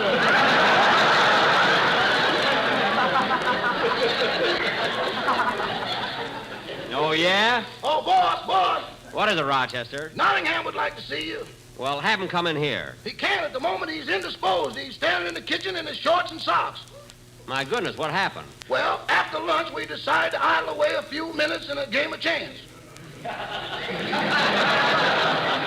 Rochester, you didn't gamble with Nottingham. I won everything but his English accent. What?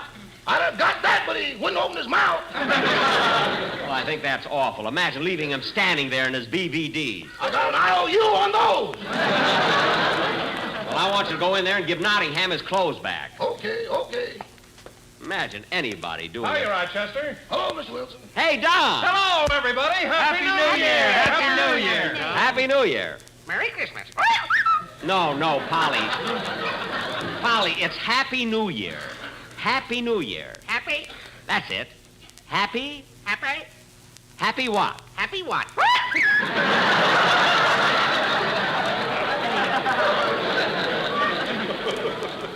I wish that terrier pigeon would get here. Don, how did you happen to be around this neighborhood? Well, I just wanted to drop in and thank everybody for their Christmas gift. Hey, Donzie, what did Jackson give you? Well, Jack didn't give me anything for Christmas because he gave me a birthday present, and he thought my birthday was too close to Christmas. When is your birthday, Don? The 23rd of August.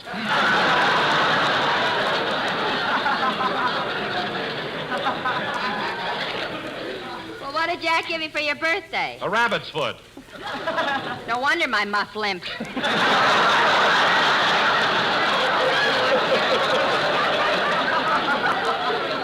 Never mind. And as long as we're on the subject of presents, what about that gift you kids all chipped in and bought me? Well, we thought it was a good idea, Jackson. Something you could use. Something I could use. A fluorescent toupee so people can see me at night. When I sing Rise and Shine, I'm not kidding.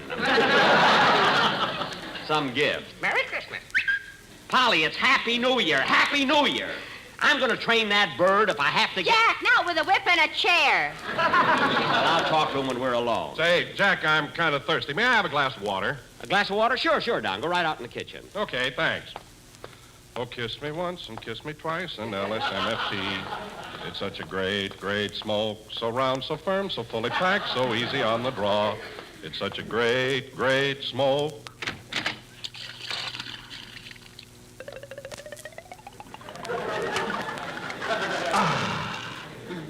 Lucky's have tobacco that is milder. It's wonderful the way I make this rhyme. Boo-boo-boo-boo-boo. Hey, kids, listen to Don. So smoke it once and smoke it twice and smoke it once again. You'll have a grand, grand time. He means with Lucky. Grand, grand time.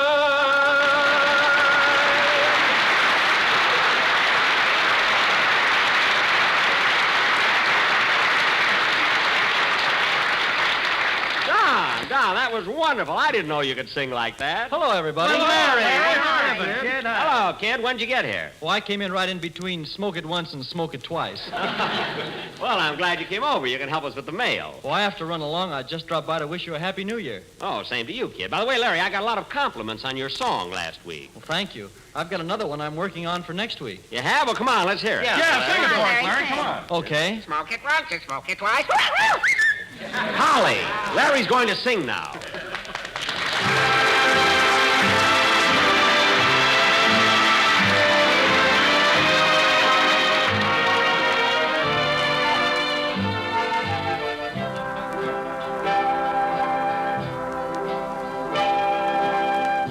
I'm glad I waited for you.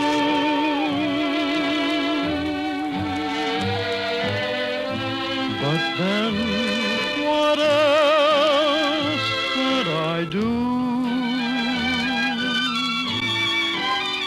Yes, there were one or two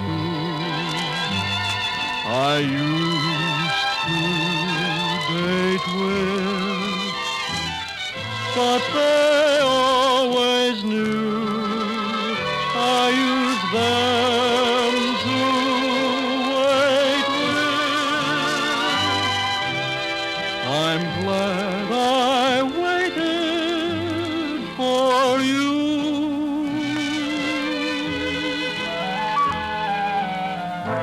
I'm glad my heart waited too. That favorite dream of mine has just come true. I'm glad I waited for you.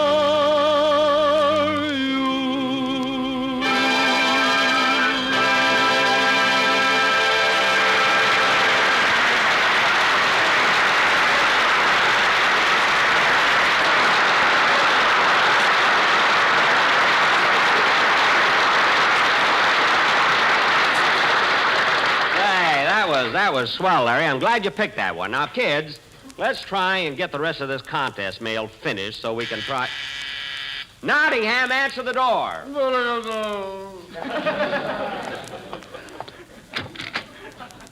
Hello, Bradley's the name. Steve Bradley. I'm Mr. Benny's press agent, and I'm here to see him. Hello, sir. Hello, John. Mr. Bennick's bringing Huh? What'd you say? Hello, Mr. Bennick's bringing Well, thanks, and a Happy New Year to you, too. Yeah, how's the riding to see Benny? Oh, it's you, Steve. Well, hello. Long time no see. Happy New Year, everybody. Happy New Year, Steve. Happy New Year. Well, Benny, guess you know why I'm here. The contest is over. Yes, I know. And all we have to do now is finish reading the letters, pick the winners, and then award the $10,000 in prizes. 10,000.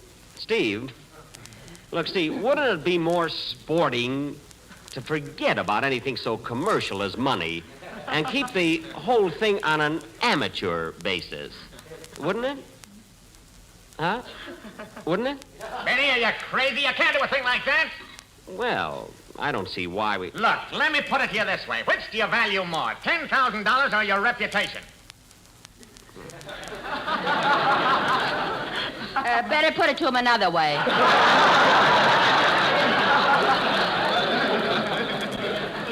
Oh, well, all right. Attaboy, Benny. Now just hand me over that $10,000 and I'll buy the victory bonds for the prizes. But, Steve, we don't know the winners yet. We still got mail to read. Yeah, I know, but you don't want anything to hold us up. I gotta go out now and buy those bonds and have them ready. Okay. I'll have to go down to my vault and get the money. Before I go, I want you all to repeat the oath after me. I promise not to reveal that Jack Benny has a secret vault hidden in his home. I promise not to reveal that Jack Benny has a secret vault hidden in his home.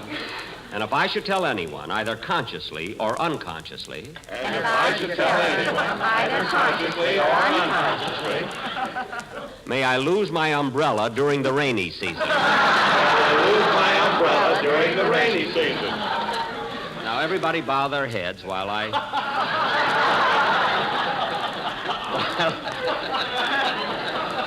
while I go down in the vault.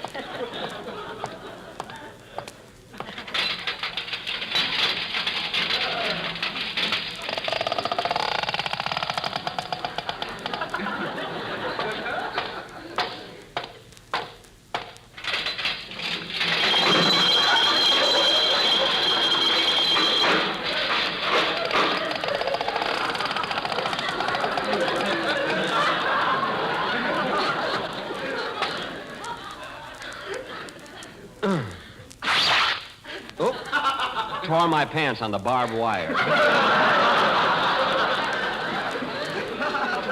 Now, I better be careful about those landmines.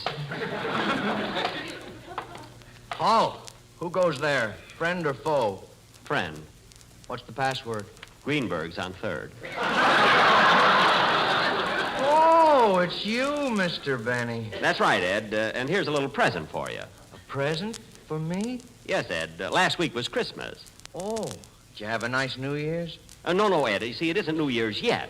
You see, New Year's comes after Christmas, you see. Oh, well, I've been away from it so long I kind of forgot. Oh, yes. You know, Ed, this year things are going to be a lot better. They're starting to make automobiles again. Automobiles? Yes. Yeah, they're like buggies, you see, with motors in them. You know, you drive them down the street. Well, won't they frighten the buffalo?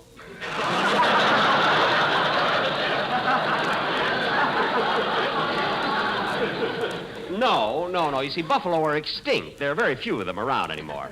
Well, I got to get into my vault now. Shall I turn my back? No, Ed. You're bonded. Now, let's see. The combination is right to 45. Left to 160. Back to 15. Then left to 110. There.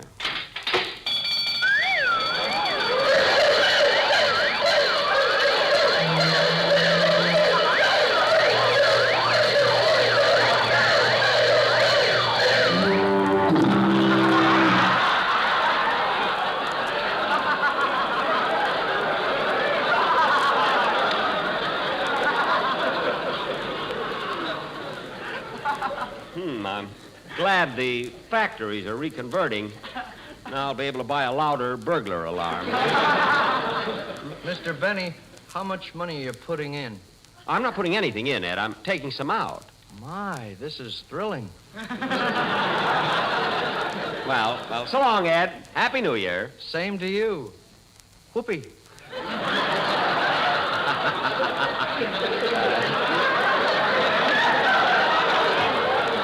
Well, goodbye. All right, Steve. Here's the money for the prizes. Thanks, Benny. See you next week. Happy New Year, everybody. Happy New Year, Steve. Happy New Year. Well, kids, that's that. Just think, another year almost gone. Boy, how they roll around. Imagine, it'll soon be 1946. I wonder what the new year will bring. I wonder what new things will come out. Science is certainly wonderful. Heliocopters, jet propulsion, atomic energy. It's amazing. I wonder what they'll... it's kind of late. I wonder who that can be. Oh, hello. Hello, you're Jack Benny, aren't you? Why, yes, little boy. Who are you?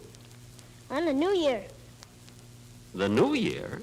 But all the other little New Years have always come on January 1st. You're early. Maybe he's trying to pick up a couple of tickets for the Rose Bowl game. Don't be silly, Phil. Maybe there's something wrong with our calendar. No, I came early because 1946 looks like it's going to be a good year. And I'm raring to go. Got a lot of work to do.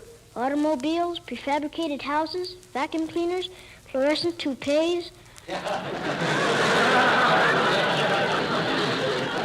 Oh, yes. How about nylon stockings? There'll be plenty of those. Oh, good. I was lucky to get this pair I'm wearing. They make my legs look so nice. See?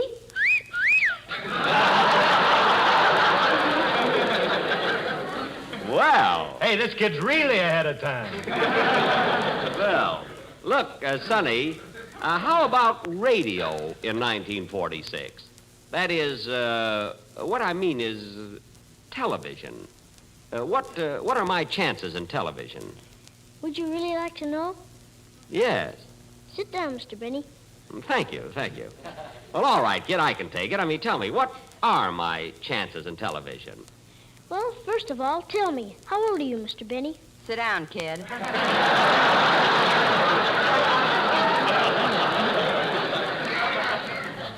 Quiet. What did you say, Sonny? I said, how old are you?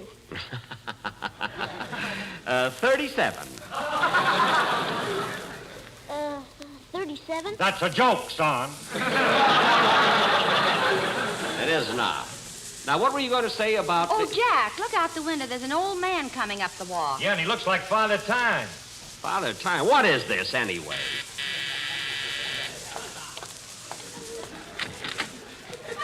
Hello. Hey, you're not Father Time, are you? Father Time? I don't know what you're talking about, Bub. I'm looking for my grandson. I was told to come in here. Oh, you mean... He was supposed to be in a New Year's play the kids are giving at the schoolhouse, but they run away. Oh, so that's it. Hiya, Grandpop. Oh, so there you are, you little shaver. Come on back to the schoolhouse. The people are waiting for the New Year. Come on, let's get going. Let go of my ear. Yeah, take it easy on the little fella. I just told you, Bub is my grandson. He's in a school play. He ain't for real New Year. Well, he sure fooled me.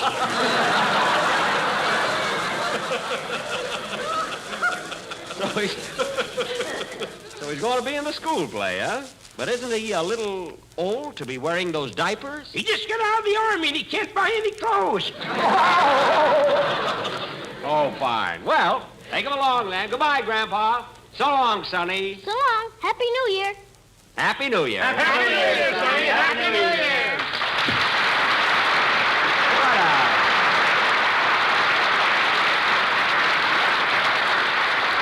Oh, boy, what a cute kid. Gee, I remember when I was his age. I was in a little New Year's play at school, too. You know, I was so good. Well, so long, Jackson. I got to beat it. Yeah, me too. Happy New Year, Mr. Benny. Happy New Year. Happy New Year. Anyway, Mary, I was so good in this school play that I held the audience spellbound. In fact, just recently they made a picture of it, you know. I'll never forget how cute I was in that play. In fact, you know, that's what gave me the idea that someday I'd be Well, I gotta go. Happy New Year, Jack. Happy New Year, Mary. Anyway, I'll never forget it. Yeah, I walked out on the stage wearing a little pair of wings, and across my chest was a banner saying, Happy New Year, 1912.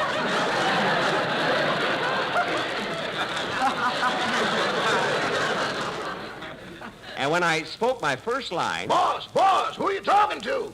Huh? Oh, they've all gone. Sit down, Rochester. Yeah, Rochester. I walked out on the stage and I looked so cute with my long curls and blue eyes and dimpled cheeks. And when I got all through, there was so much applause that the teacher came right over and kissed me. She said, Jackie, you're the best New Year's Eve we ever had.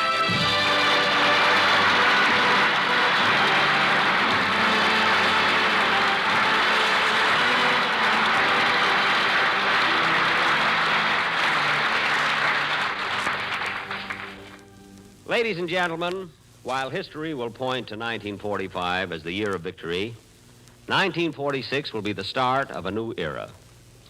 An era in which people the world over must live together in peace and mutual respect. We want a lot more than just battles in this war. We want a realization that all men everywhere want to live out their lives in peace and freedom. While there are many different points of view of how this peace should be secured, the important thing is that all mankind wants it, and it will be accomplished. There's no place for hate, greed, suspicion, and prejudice in a world that has the atomic bomb. The old era is dead, and 1946 is the beginning of the new one. The era of Wendell Willkie's One World. Happy New Year, everybody. Ladies and gentlemen, you all know the contest is over, but on account of the vast amount of letters that still have to be read, we will announce the winners as soon as possible. Now, Jack will be back in just a minute, but first, here's my good friend, F.E. Boone. At 49, American. Remember this. In a cigarette, it's the tobacco that counts. And Lucky Strike means fine tobacco. That's right. LSMFT. Yes, Lucky Strike means fine tobacco. The finer, the lighter, the naturally milder Lucky Strike tobacco. This fine Lucky Strike tobacco means real deep-down smoking enjoyment for you. Sure thing. LSMFT. So smoke that smoke of fine tobacco, Lucky Strike. So round, so firm, so fully packed, so free and easy on the draw. The famous tobacco auctioneers heard on tonight's program are Mr. F.E. Boone of Lexington, Kentucky. At 49, American. And Mr. L.A. Speed Riggs of Goldsboro, North Carolina. Basil Rysdale speaking for Lucky Strike. LSMFT. LSMFT. LSMFT. In a cigarette, it's the tobacco that counts. And Lucky Strike means fine tobacco. So smoke that smoke of fine tobacco, Lucky Strike. Happy New Year to everybody all over the world from all of us. This is the National Broadcasting Company.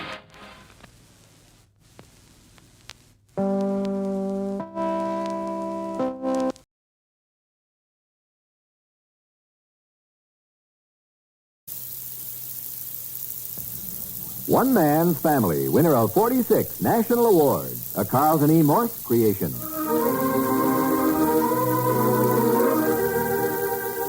One Man's Family, now in its 26th year, is dedicated to the mothers and fathers of the younger generation and to their bewildering offspring. In 60 seconds, we'll hear Chapter 28, Book 129 of the Barber Family Saga. But first, hear this. Almost everyone at some time suffers pain from headache, neuritis, or neuralgia, or muscle aches and pains. And people by the thousands today are using Anacin tablets instead of other methods for fast pain relief. You see, when headache strikes, pain builds up, tension makes you jittery, you feel depressed. Now, aspirin has only one pain reliever. Add a buffering action, and you still have only one. But Anacin is different. Anacin is like a doctor's prescription. That is, Anacin contains not just one, but a combination of medically proven active ingredients. 1, to relieve your pain. 2, to ease the nervous tension. 3, to help relieve those gloomy, depressed feelings. Anacin also leaves you more relaxed with such a comfortable sense of well-being. 3 out of 4 doctors today recommend the famous ingredients of Anacin. So for pain relief of headache, neuritis, neuralgia, even for the temporary relief of minor pains of arthritis and rheumatism, remember, it's always Anacin. A-N-A-C-I-N. You'll wonder where the yellow went. Special sale. Save 27 cents on 2 giant tubes of Pepsodent.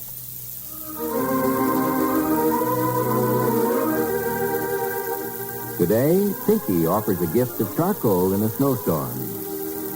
It's moving day on the second floor of the Barber family home in Seacliff, San Francisco. Hazel and Daniel Murray are leaving the apartment Father Barber built for them to move to the former McGregor house, 13 doors up the street near the Golden Gate Bridge. Dan Murray, carrying a cardboard carton, passes the library where Father and Mother Barber are waiting to say goodbye. Hi there. 2 more boxes and then we're all through.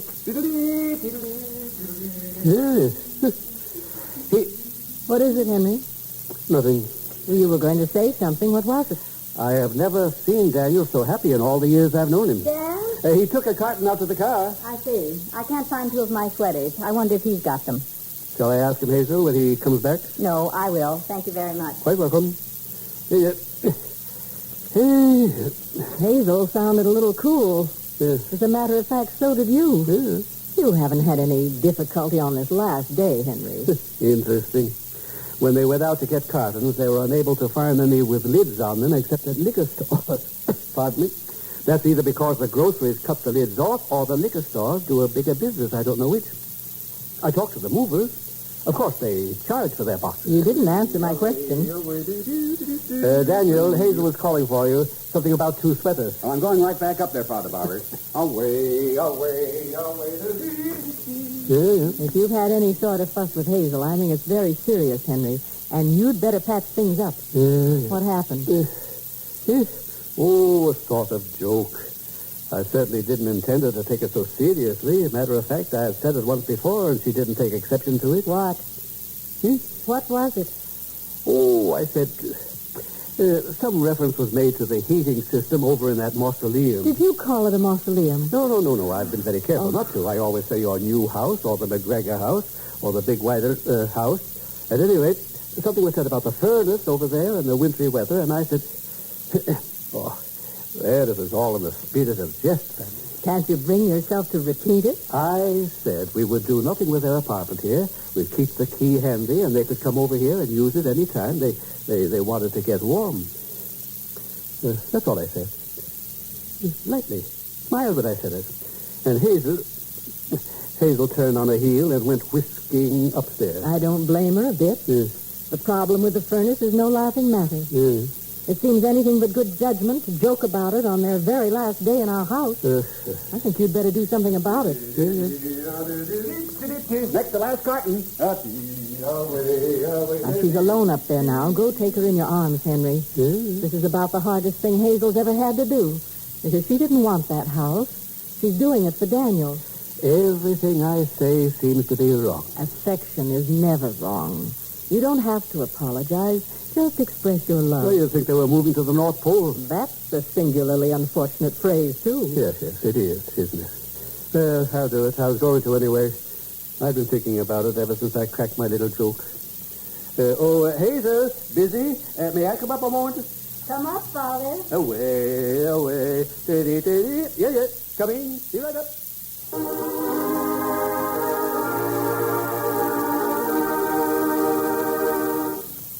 We'll return in just a moment to One Man's Family. Hey, friend, think this rum will do? What's up? Swift has found a new way to make all-sweet margarine. Oh? And I'm announcing it with a big bass drum. Boom, boom, boom. Buy new all-sweet. Really now, Clifford? Well, you gotta make noise today. Boom, boom, boom. Or nobody will hear your commercial. Have you tasted new all-sweet? You're darn right I have. All-sweet's now made with the natural flavor formula for the most delicate natural flavor ever. Why not just say that? Try new all-sweet because it's now made with the natural flavor formula for the most delicate natural flavor ever. It won't work. Clifford, you don't have to bang on a drum. Just ask women quietly to try new all-sweet because it's now made with the natural flavor formula for the most delicate natural flavor ever. Oh. And right now, Swift will pay them 15 cents to try new all-sweet. Details are on the package at their grocery. Well, what'll I do with my big bass drum? You'll wonder where the yellow went. Special sale. Save 27 cents on 2 giant tubes of Pepsodent.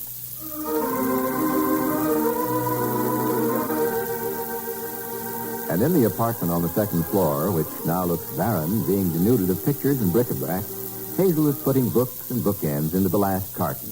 Hello, Father. Hazel, my dear. Now, please don't sympathize with me. No, I wanted to explain my little joke. I seem to be super sensitive about the furnace, and I'd rather forget the whole thing. Yes. What I actually had in mind was... Ready for the last one? There it is, Dan. Oh, Father Barber, didn't see you.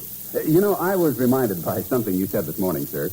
When I was a boy, my mother used to send me forth, if I had a hard job to do, with the phrase, come back with your shield or on it. Yes. If I remember, it's the phrase the Spartan women used when sending their men into battle. Yes. Well, I was thinking we've had a rugged few years, first in the furniture business and then starting the stores.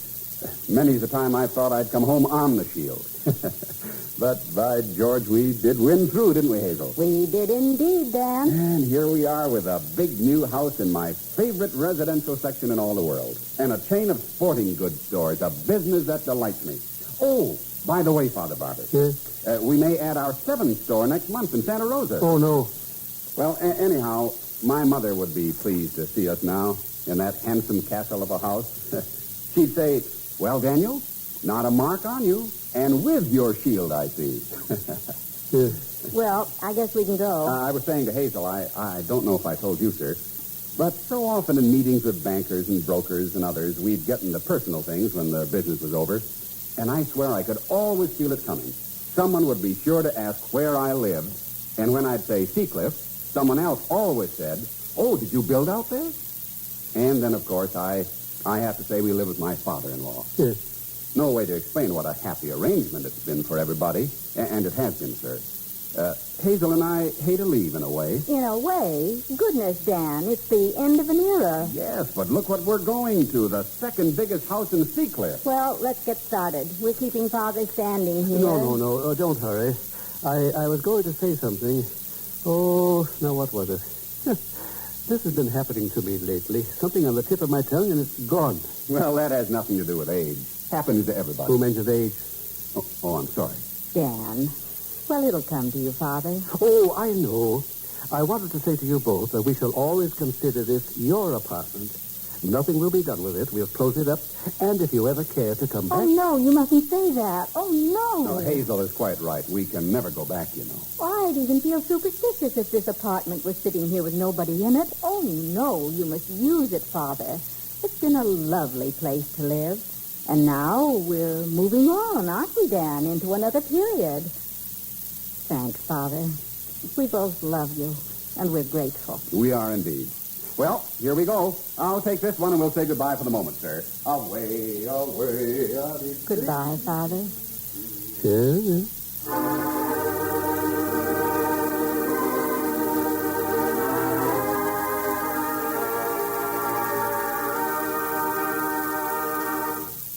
More of the Barbers in just a moment.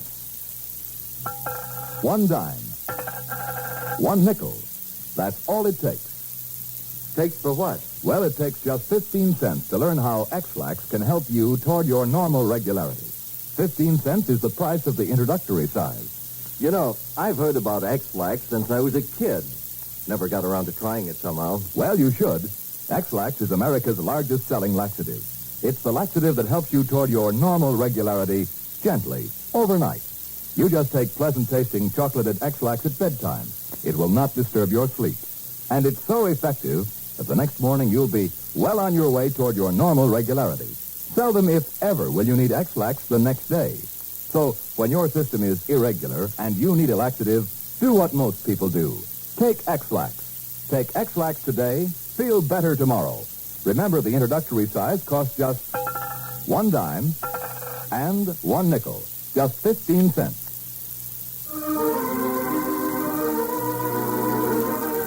"13 doors up at the former home of the now vanished McGregors, Dan and Hazel come into the big front hall with the last of their boxes. Dan? Oh, it still echoes. I thought furniture'd improve it. All we need is wall-to-wall carpeting. That'll soak up the sound. Don't you worry, Hazel. I'll solve this problem as I stalled out. Potted plants. Why, Dan, it's a Chinese herb garden. Here's a note. How thoughtful. Oh, it's from Pinky. Dear Mom and Dan, if all goes well and I live through this coming weekend, I'll give you wall-to-wall carpeting as a housewarming present. Meanwhile, the Chinese have a saying, a gift of charcoal is welcome in a storm. Well, here's to better things to come. Love, Pinky. If he lives through this weekend... Well, that's a figure of speech, Hazel. Oh, it's very thoughtful. Odd-looking little sprig. Let me have the note, Dan. I'm going back to the house and find out what this is all about. One Man's Family, which comes to you Monday through Friday, is written by Harlan Ware and directed by Carlton E. Morse. In Chapter 29, Book 129, Young Man in Grave Danger. Frank Barton speaking. One Man's Family, winner of 46 national awards, now in its 26th year, is a Carlton E. Morse production and comes to you from California.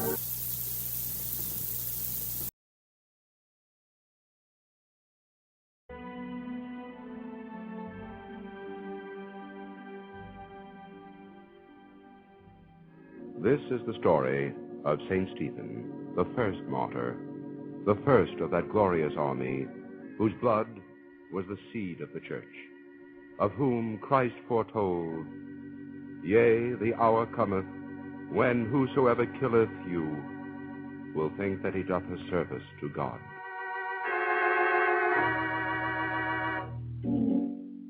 Our story begins in the deep darkness just before dawn, when a hurried knocking sounds at the door of the house of Gamaliel, the teacher in Jerusalem, and Gamaliel's daughter Sarah hastens to answer. Who is it?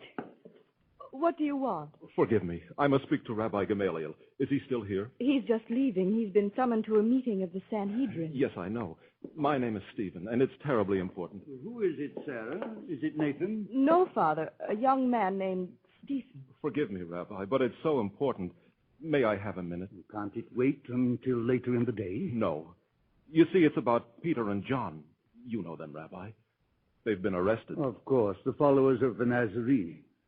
And that must be why the council has been called. Yes, and I've come to beg you to speak for them, Rabbi. They'll listen to you. Even the high priest will listen to you. But why have these two been arrested? What have they done? Nothing, Rabbi. You've heard them preaching day after day in Solomon's porch at the temple. Ah, yes, they are not learned, but they have a strange eloquence. They interest me. But why should they be arrested? A few days ago, Rabbi, Peter healed a cripple in the name of Jesus of Nazareth.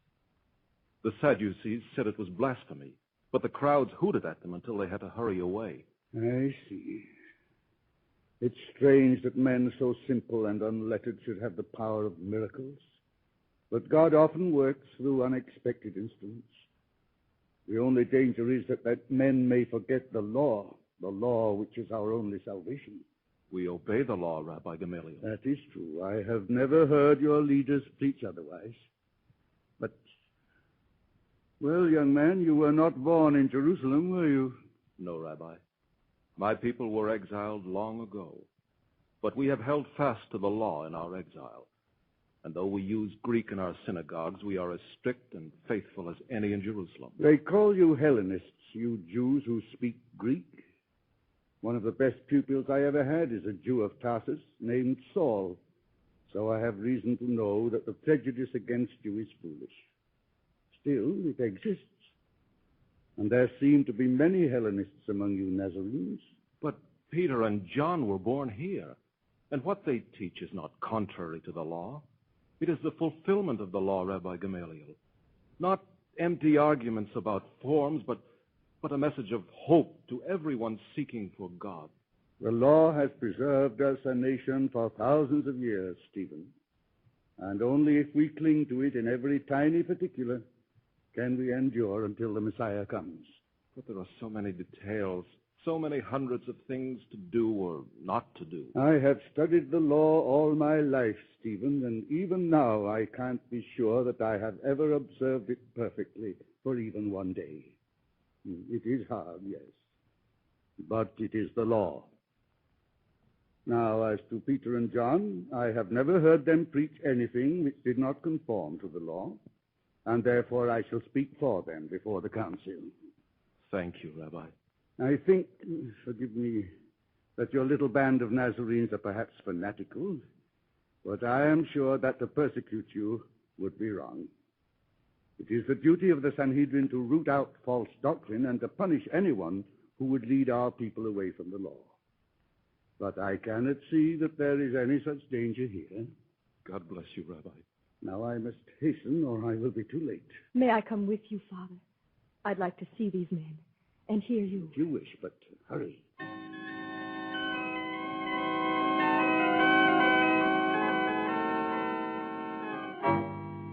A few hours later, on the steps outside the council chamber, Stephen pressed through the crowd to reach Sarah. I can't get near your father, Sarah, and I must thank him. Tell him that his words have saved 2 lives. We're grateful, and we'll all pray for him. Wasn't it splendid? I was so afraid... Sarah, I must see your father. He will be at home later on, Mason. What on earth was he thinking of? I can't understand it. Oh, but I thought he spoke so wisely, Mason. Didn't you approve? Approve? When we could have wiped out these followers of the Nazarene once and for all this very day? I never imagined the Rabbi Gamaliel of all people would interfere. The council agreed with him, Mason. And you are wrong if you think you could have wiped out the teaching of Jesus of Nazareth just by killing 2 good and holy men. What? Who are you?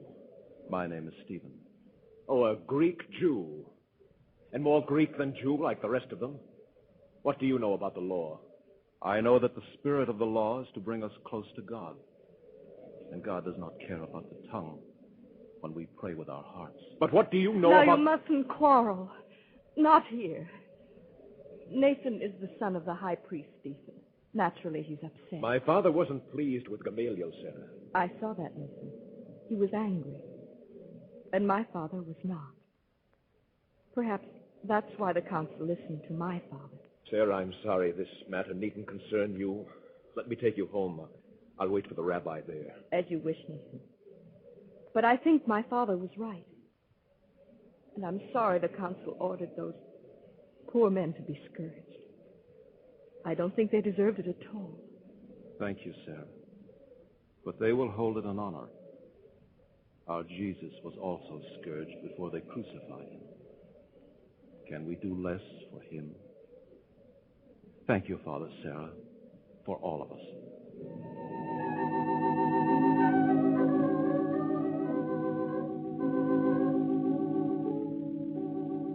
Months passed.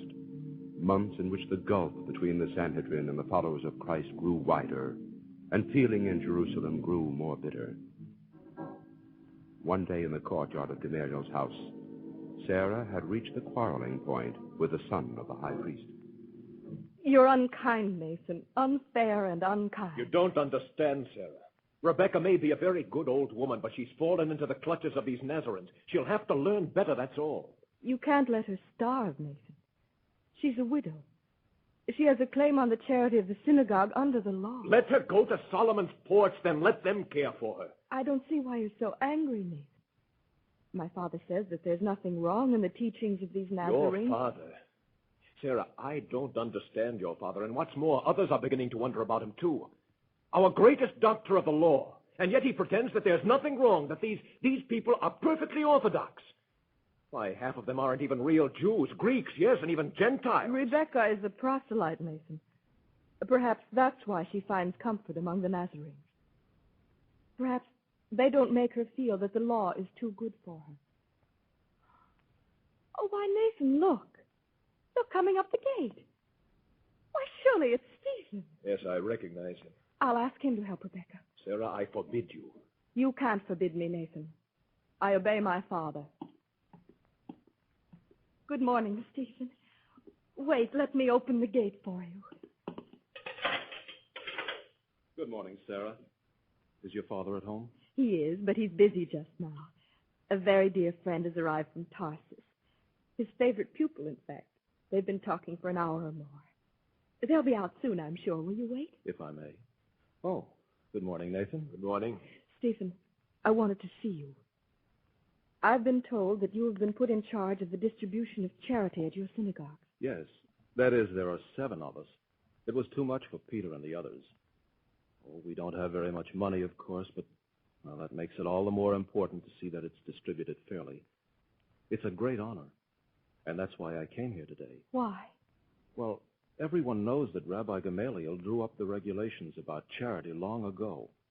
Our problems are a little different, and well, I'd hoped he'd advise us. Why, I'm sure he'll be glad to. And you wanted to see me? Why? My handmaid has an aunt, an old woman and a widow. Her name is Rebecca. I think she's a Gentile, Stephen. But ever since her marriage, she followed the law just as carefully as anyone. A little while ago, she heard your Peter preach, and she's been like a new person ever since. So happy. That happens when Peter speaks, Sarah. He's so humble, so gentle. Everyone loves him. I know. I've heard him. It's so different from those dry discussions in the temple. Well, you see, Stephen, Rebecca's been receiving a widow's dole from the synagogue ever since her husband died. But now Nathan says that she can't have it anymore. She's a Gentile, a proselyte, carried away by every new doctrine. How else can we keep such people in the law? By giving the law meaning for them, Nathan. The law isn't an iron straitjacket laid on us by Moses long ago. It's the path to lead all men to God. God's law is for his people. Ours has been the sacrifice. Ours will be the kingdom when the Messiah comes to restore the glory of Israel. What have the Gentiles to do with God's covenant with his people? The law has fulfilled itself, Nathan. Now there is a new covenant, which shall be for all people, new law, which is the law of love. Sarah, I told you, this is pure blasphemy. How can there be a new law without a new Moses? The prophets have told us over and over again that the Messiah would bring a new covenant. And with it the kingdom and the glory over all the nations of the earth. Has that come about? His kingdom is not of this world, Nathan. How could it be? Yet through him all nations shall turn to Jerusalem, even when the temple itself is forgotten. The temple forgotten? The temple will never be forgotten. What words are these in the house of Gamaliel? I'm afraid it's just what we were speaking of, Saul, the problem of the Nazarenes. Saul, this is Nathan, the son of the high priest, and young Stephen, a follower of Jesus of Nazareth. Yes, sir. How do you do? Saul has come from Tarsus to find out what is causing such agitation among us. I confess my first hearing isn't reassuring. How can the temple be forgotten, young man, unless the law is forgotten too? Does the Most High dwell in a house made with hands, sir? You know the words of the prophet, Saul. Heaven is my throne and the earth my footstool. What house will you make for me, saith the Lord? I'm not very good at preaching, sir. You are very welcome to come to Solomon's porch and hear Peter or John or any of the 12. A lot of fishermen. Not a doctor of the law among them. Not even one learned man in their whole company. And yet people listen to them. I have heard that they preach a new law, according to this prophet who was crucified. He was not a prophet, sir. He was the Christ. I see. He was the Messiah for whom our people has waited through hundreds of generations. And now that he has come and gone, we can forget Moses and the prophets. Not forget them. No, the commandments stand. But he has given us a new commandment, that we love one another. And now the old law, which was for our people only, becomes the new law for all people everywhere. And I say it's blasphemy and should be punished, stopped, rooted out before any more people are misled by it. I want to understand this doctrine. According to your teachings, the Messiah has come. All the years of waiting are over. And the Messiah is dead and buried, and Israel is still captive. He is not dead, sir. Ask the Roman soldiers who saw his empty tomb, if you don't believe us who saw him and heard him. Rabbi Gamaliel, is it possible that people pay attention to these ravings? The story of this Jesus is very well attested, Saul, and I can't believe that all of them are lying or mad. But what of the promise that the Messiah would bring the restoration of the kingdom? Have you read Isaiah, sir? Does not the prophet say that when the Son of Man comes, he will be given to suffering and disgrace in the eyes of men? He is the new and perfect sacrifice, and this time it is for all men. He argues well, Saul. Do you believe, Rabbi Gamaliel, that this crucified carpenter was the Messiah? I don't know, Saul, I don't know. But I do know that there is nothing in Holy Writ which makes it impossible. Is it not written, sir, that he would be rejected by his own, that the stone which the builders rejected, the same would become the cornerstone of the temple? At least I'm beginning to see why there's so much uproar about this new doctrine. If you could hear Peter speak, Saul. His voice when he speaks of Jesus always makes me want to cry. You couldn't believe evil of a man like that. Yes, the women flocked to Solomon's porch, as if a woman could understand the law. The law is enough for me. It has kept us a nation through thousands of years of persecution. And now you Nazarenes want to forget the covenant and let in Gentiles, heathens, anyone and everyone. Why not, Saul? Did God create them only to damn them? It has been our privilege to keep the law until now, so that God might save the world. Could there be a higher destiny than that? But now we have the new law, which was made from the old.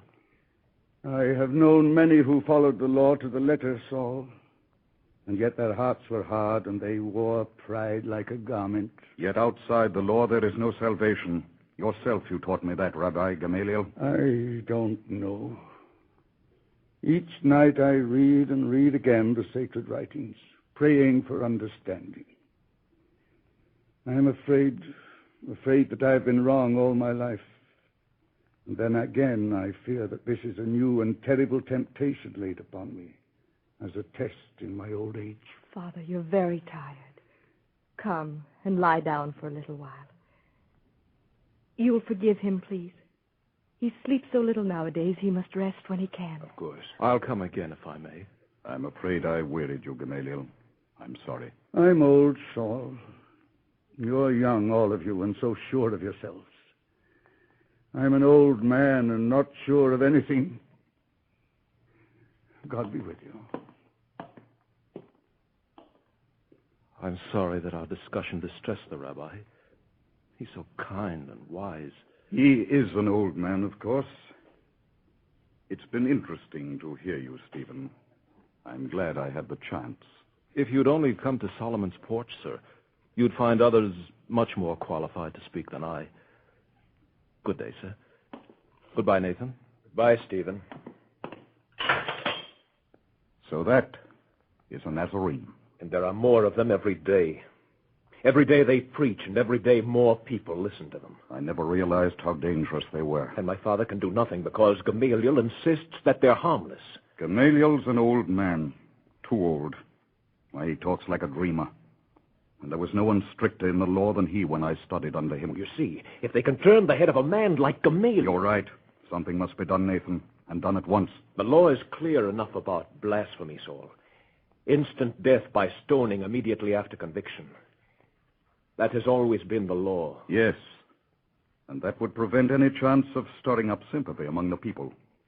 What's more, it would scatter the leaders without any further trouble. And the law forbids shedding more blood than can possibly be avoided. If only you'd come to Jerusalem sooner, we'd have ended this danger long ago. We'll need 3 witnesses, Nathan. 3? I can find 30. Everyone has heard him talk as he talked here. And that was blasphemy, sheer blasphemy, whatever Gamaliel says. We must act quickly. Nathan, take me to your father.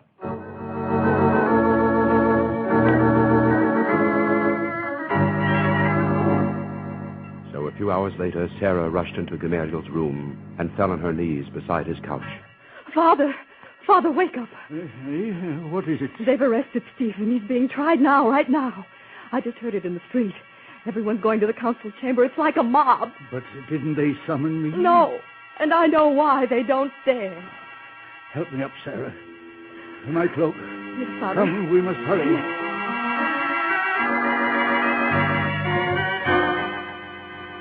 Yet when they reached the square before the council chamber, every approach was blocked by a great crowd, already murmuring with anger.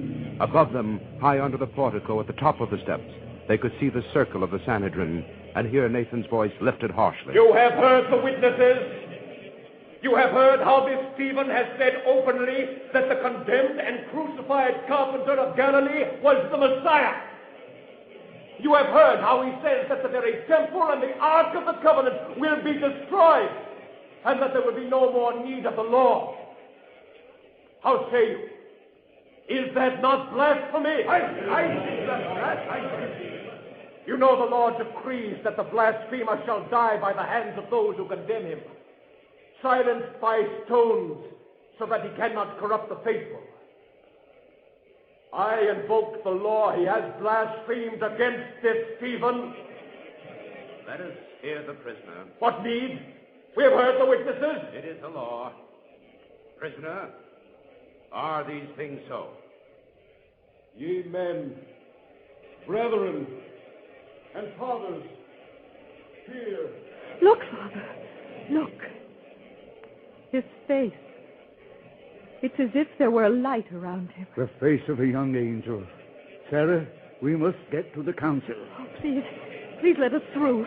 It is the Rabbi Gamaliel. Moses said to the children of Israel, I will raise you up a prophet out of your own brethren. Him shall you hear. It was Moses who in the desert with the angel received the word of life to give to us, which is the law. Oh, please let us through.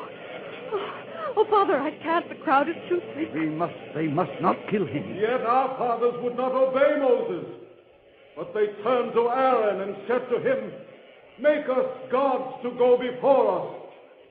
And as for this Moses who brought us out of the land of Egypt, we know not what is become of him. Enough!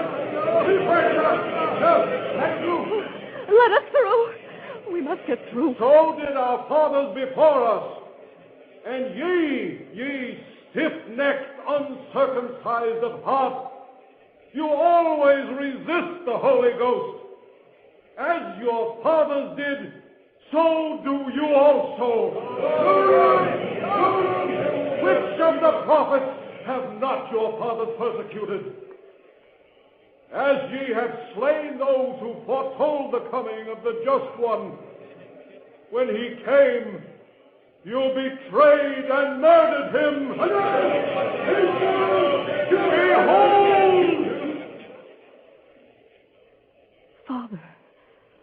Father, look. Look at his face. I see the heavens opened, and the Son of Man standing on the right hand of God. He is condemned out of his own mouth. Let the law be fulfilled. Oh, it's horrible. I can't bear it, Father. God forgive us all. And your song. Look at him. See, they're handing him their cloaks to hold. Is it over, child? No, he's still alive. He's trying to speak. Lord, lay not this sin to their charge.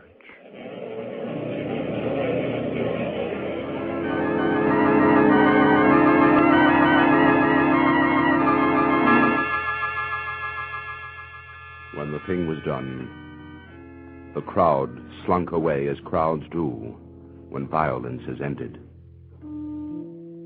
Slowly, with faltering steps, Sarah and Gamaliel made their way toward the terrible place where Stephen's body lay crushed and broken.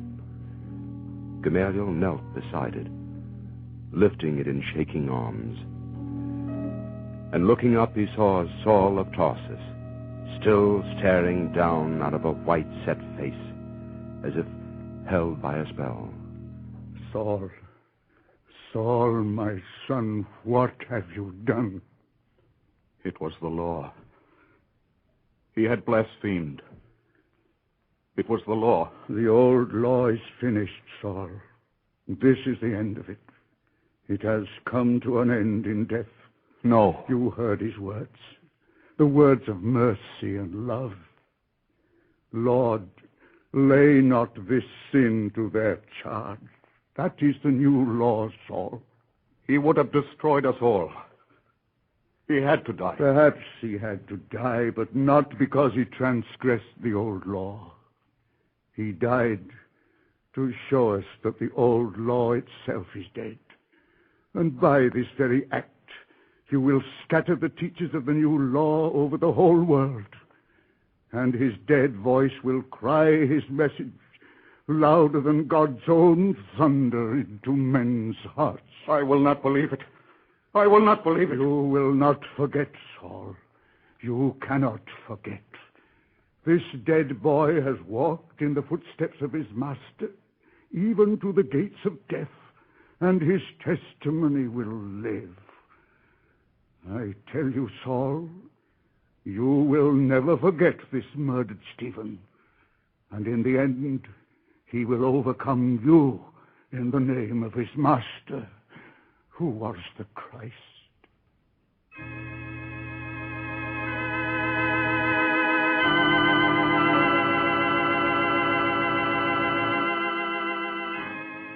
And out of that first blood shed for Christ came the miracle upon the road to Damascus, when Saul of Tarsus became the glorious Apostle Paul and set himself humbly to follow the Master, of whom he first learned from his victim and conqueror, the martyred St. Stephen.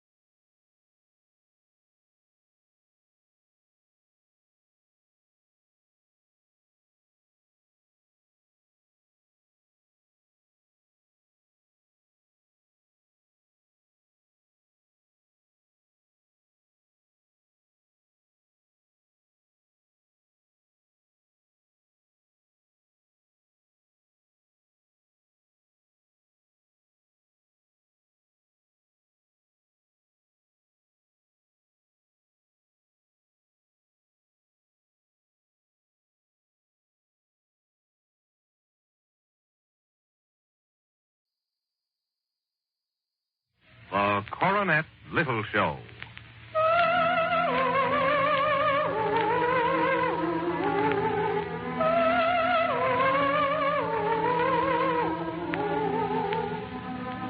The Coronet Little Show, presenting fact and fiction, dramatized by the Coronet storyteller.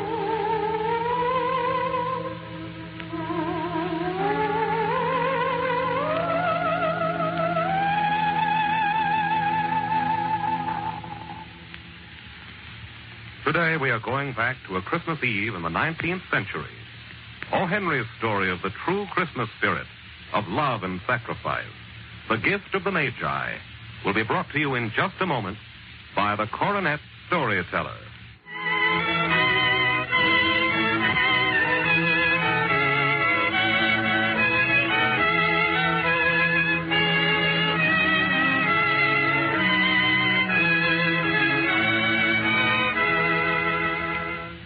$1.87. That was all. And 60 cents of it was in pennies. Pennies saved 1 and 2 at a time.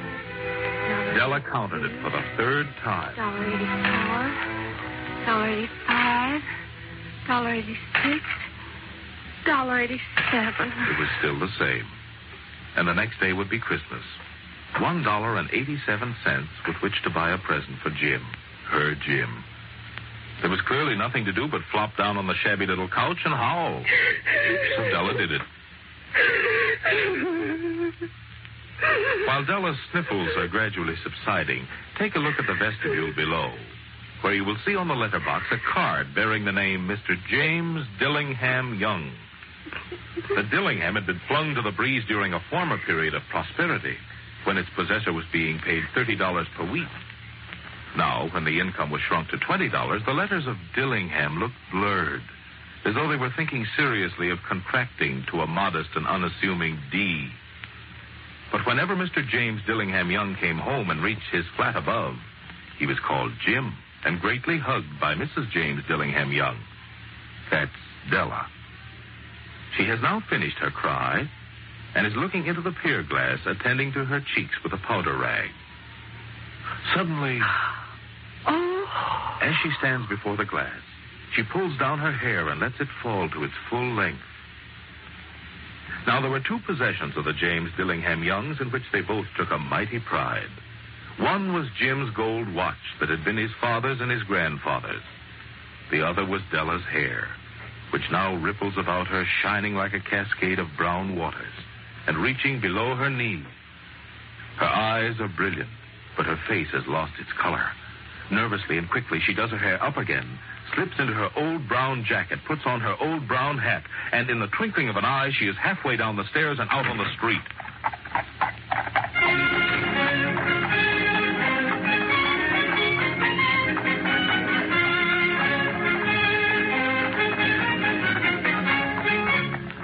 Della has a determined, almost desperate look as she sights a sign reading Madame Sophrony, hair goods of all kinds. She stops quickly, then opens the door, which leads to a flight of stairs. Della rushes panting up the stairs and plumb into the portly figure of Madame Sophrony. Will you buy my hair? I'd buy hair? Take your hat off. Let's have a sight of the looks of it. Down ripples the brown cascade. $20. All right. Only quickly, please.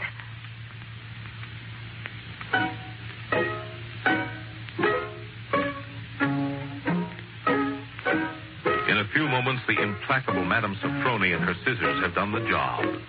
And Della, minus her hair, but richer by $20, flees from the store into the street again.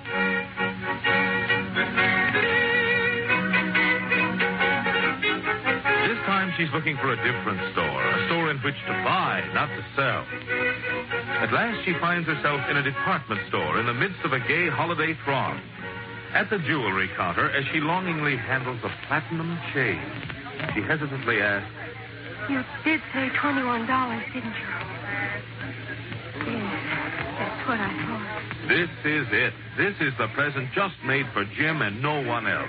There's no other like it in any of the stores. She knows, for she's turned all of them inside out. It's a platinum fob chain, simple and chaste in design. Della has made her mind up. I'll take it. With the chain wrapped in a holiday box and clutched in her eager hand, Della finds herself again out on the street.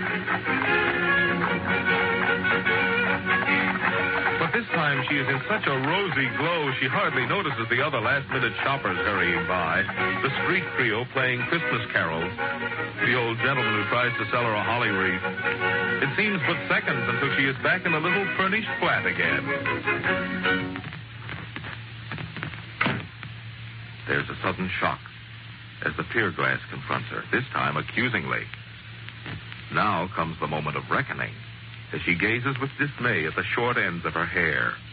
The rosy glow gives way to prudence and reason. Out comes the curling iron, on with the gas jet, as she sets to work repairing the ravages made by generosity and love. In 40 minutes, she finishes with the last curl lying tiny and close to her head, making her look wonderfully like a truant schoolboy. But to Della, gazing critically at herself in the pier glass, the result is anything but wonderful. If Jim doesn't kill me first, he'll say I look like a Coney Island chorus girl. But no more time for reflections, physical or mental. It's nearly 7, and Jim is never late. She sits nervously waiting for Jim. Now she hears his steps on the stair way down on the first flight. She has a habit of saying silent little prayers about the simplest everyday things. And now she whispers, Please, God, make him not mind my hair so much. Make him think I'm still pretty. The door opens, and Jim steps in and closes it. He has a smile of welcome on his face as he glances around the room for Della. But the smile freezes on his lips as he suddenly sees her sitting on the corner of the table. An expression comes into his eyes as immovable as a setter dog at the scent of quail. The expression terrifies Della, who is expecting anger, surprise, disapproval, or even horror. But not this look of... Della wriggles off the table and goes to him. Jim, darling, don't look at me that way. I had my hair cut off and sold it because I couldn't have lived through Christmas without giving you a present. It'll grow out again. You won't mind, will you? I just had to do it. My hair grows awfully fast. Say Merry Christmas, Jim, and let's be happy. And wait till you see the beautiful gift I got for you. Della rattled on like that. But after she was all through, all Jim could ask laboriously was, You've cut off your hair. Della tried again, this time more patiently. Sold, I tell you. Sold and gone, too. And it went for you, Jim. Maybe the hairs of my head were numbered. But nobody could ever count my love for you. Now, shall we have supper?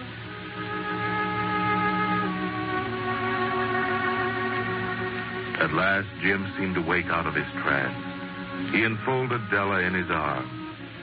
And then he carefully draws a package from his overcoat pocket and throws it on the table. Nimble fingers quickly tear open the string and paper. And then... Oh, Jim, they're beautiful. How did you know they're what I've always wanted? No. My hair. My hair. Oh, Jim, how can I wear them? There they lay. The combs. The set Della had worshipped for so long in an exclusive shop window. Pure tortoiseshell with jeweled rims. Just the shade to wear in the beautiful and vanished hair. They were expensive combs, Della knew. And her heart had craved and yearned over them without the least hope of possession. And now Della hugs them to her and looks up at Jim with dim eyes and a smile. My hair grows so fast, Jim. Then Della puts the combs down carefully, lovingly, and even more radiantly prepares to show Jim his gift. She holds it out to him eagerly on outstretched palm. The dull, precious metal gleams and glows, entirely satisfied with its own value. Isn't it a beauty, Jim? You'll have to look at the time every 15 minutes now. Give me your watch. I want to see how it looks with the chain. For answer, Jim sits down suddenly on the couch. Dell, he says, let's put our Christmas presents away and keep them a while. I sold the watch to get money to buy your combs. You have just heard O. Henry's Gift of the Magi, which was brought to you by your Coronet storyteller. The Gift of the Magi is just one of the many interesting stories and articles in the December issue of Coronet magazine. How much do you know about Christmas? Don't be too sure until you've taken the Merry Christmas quiz in the December issue of Coronet magazine. How many reindeer does Santa Claus drive? What is the famous Christmas opera? What well-known actor plays the role of Old Scrooge on the radio? These are 3 of the 25 questions in the Coronet Merry Christmas quiz. And now, here is your Coronet storyteller with his postscript from the pages of Coronet magazine. Be sure to join us next week, same time, same station, for another story from the pages of Coronet magazine. The Curse of the Barcaroux.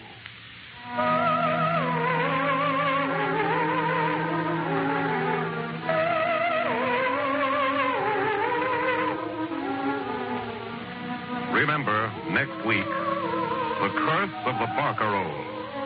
Brought to you by the Coronet Storyteller on the Coronet Little Show. This is Mutual.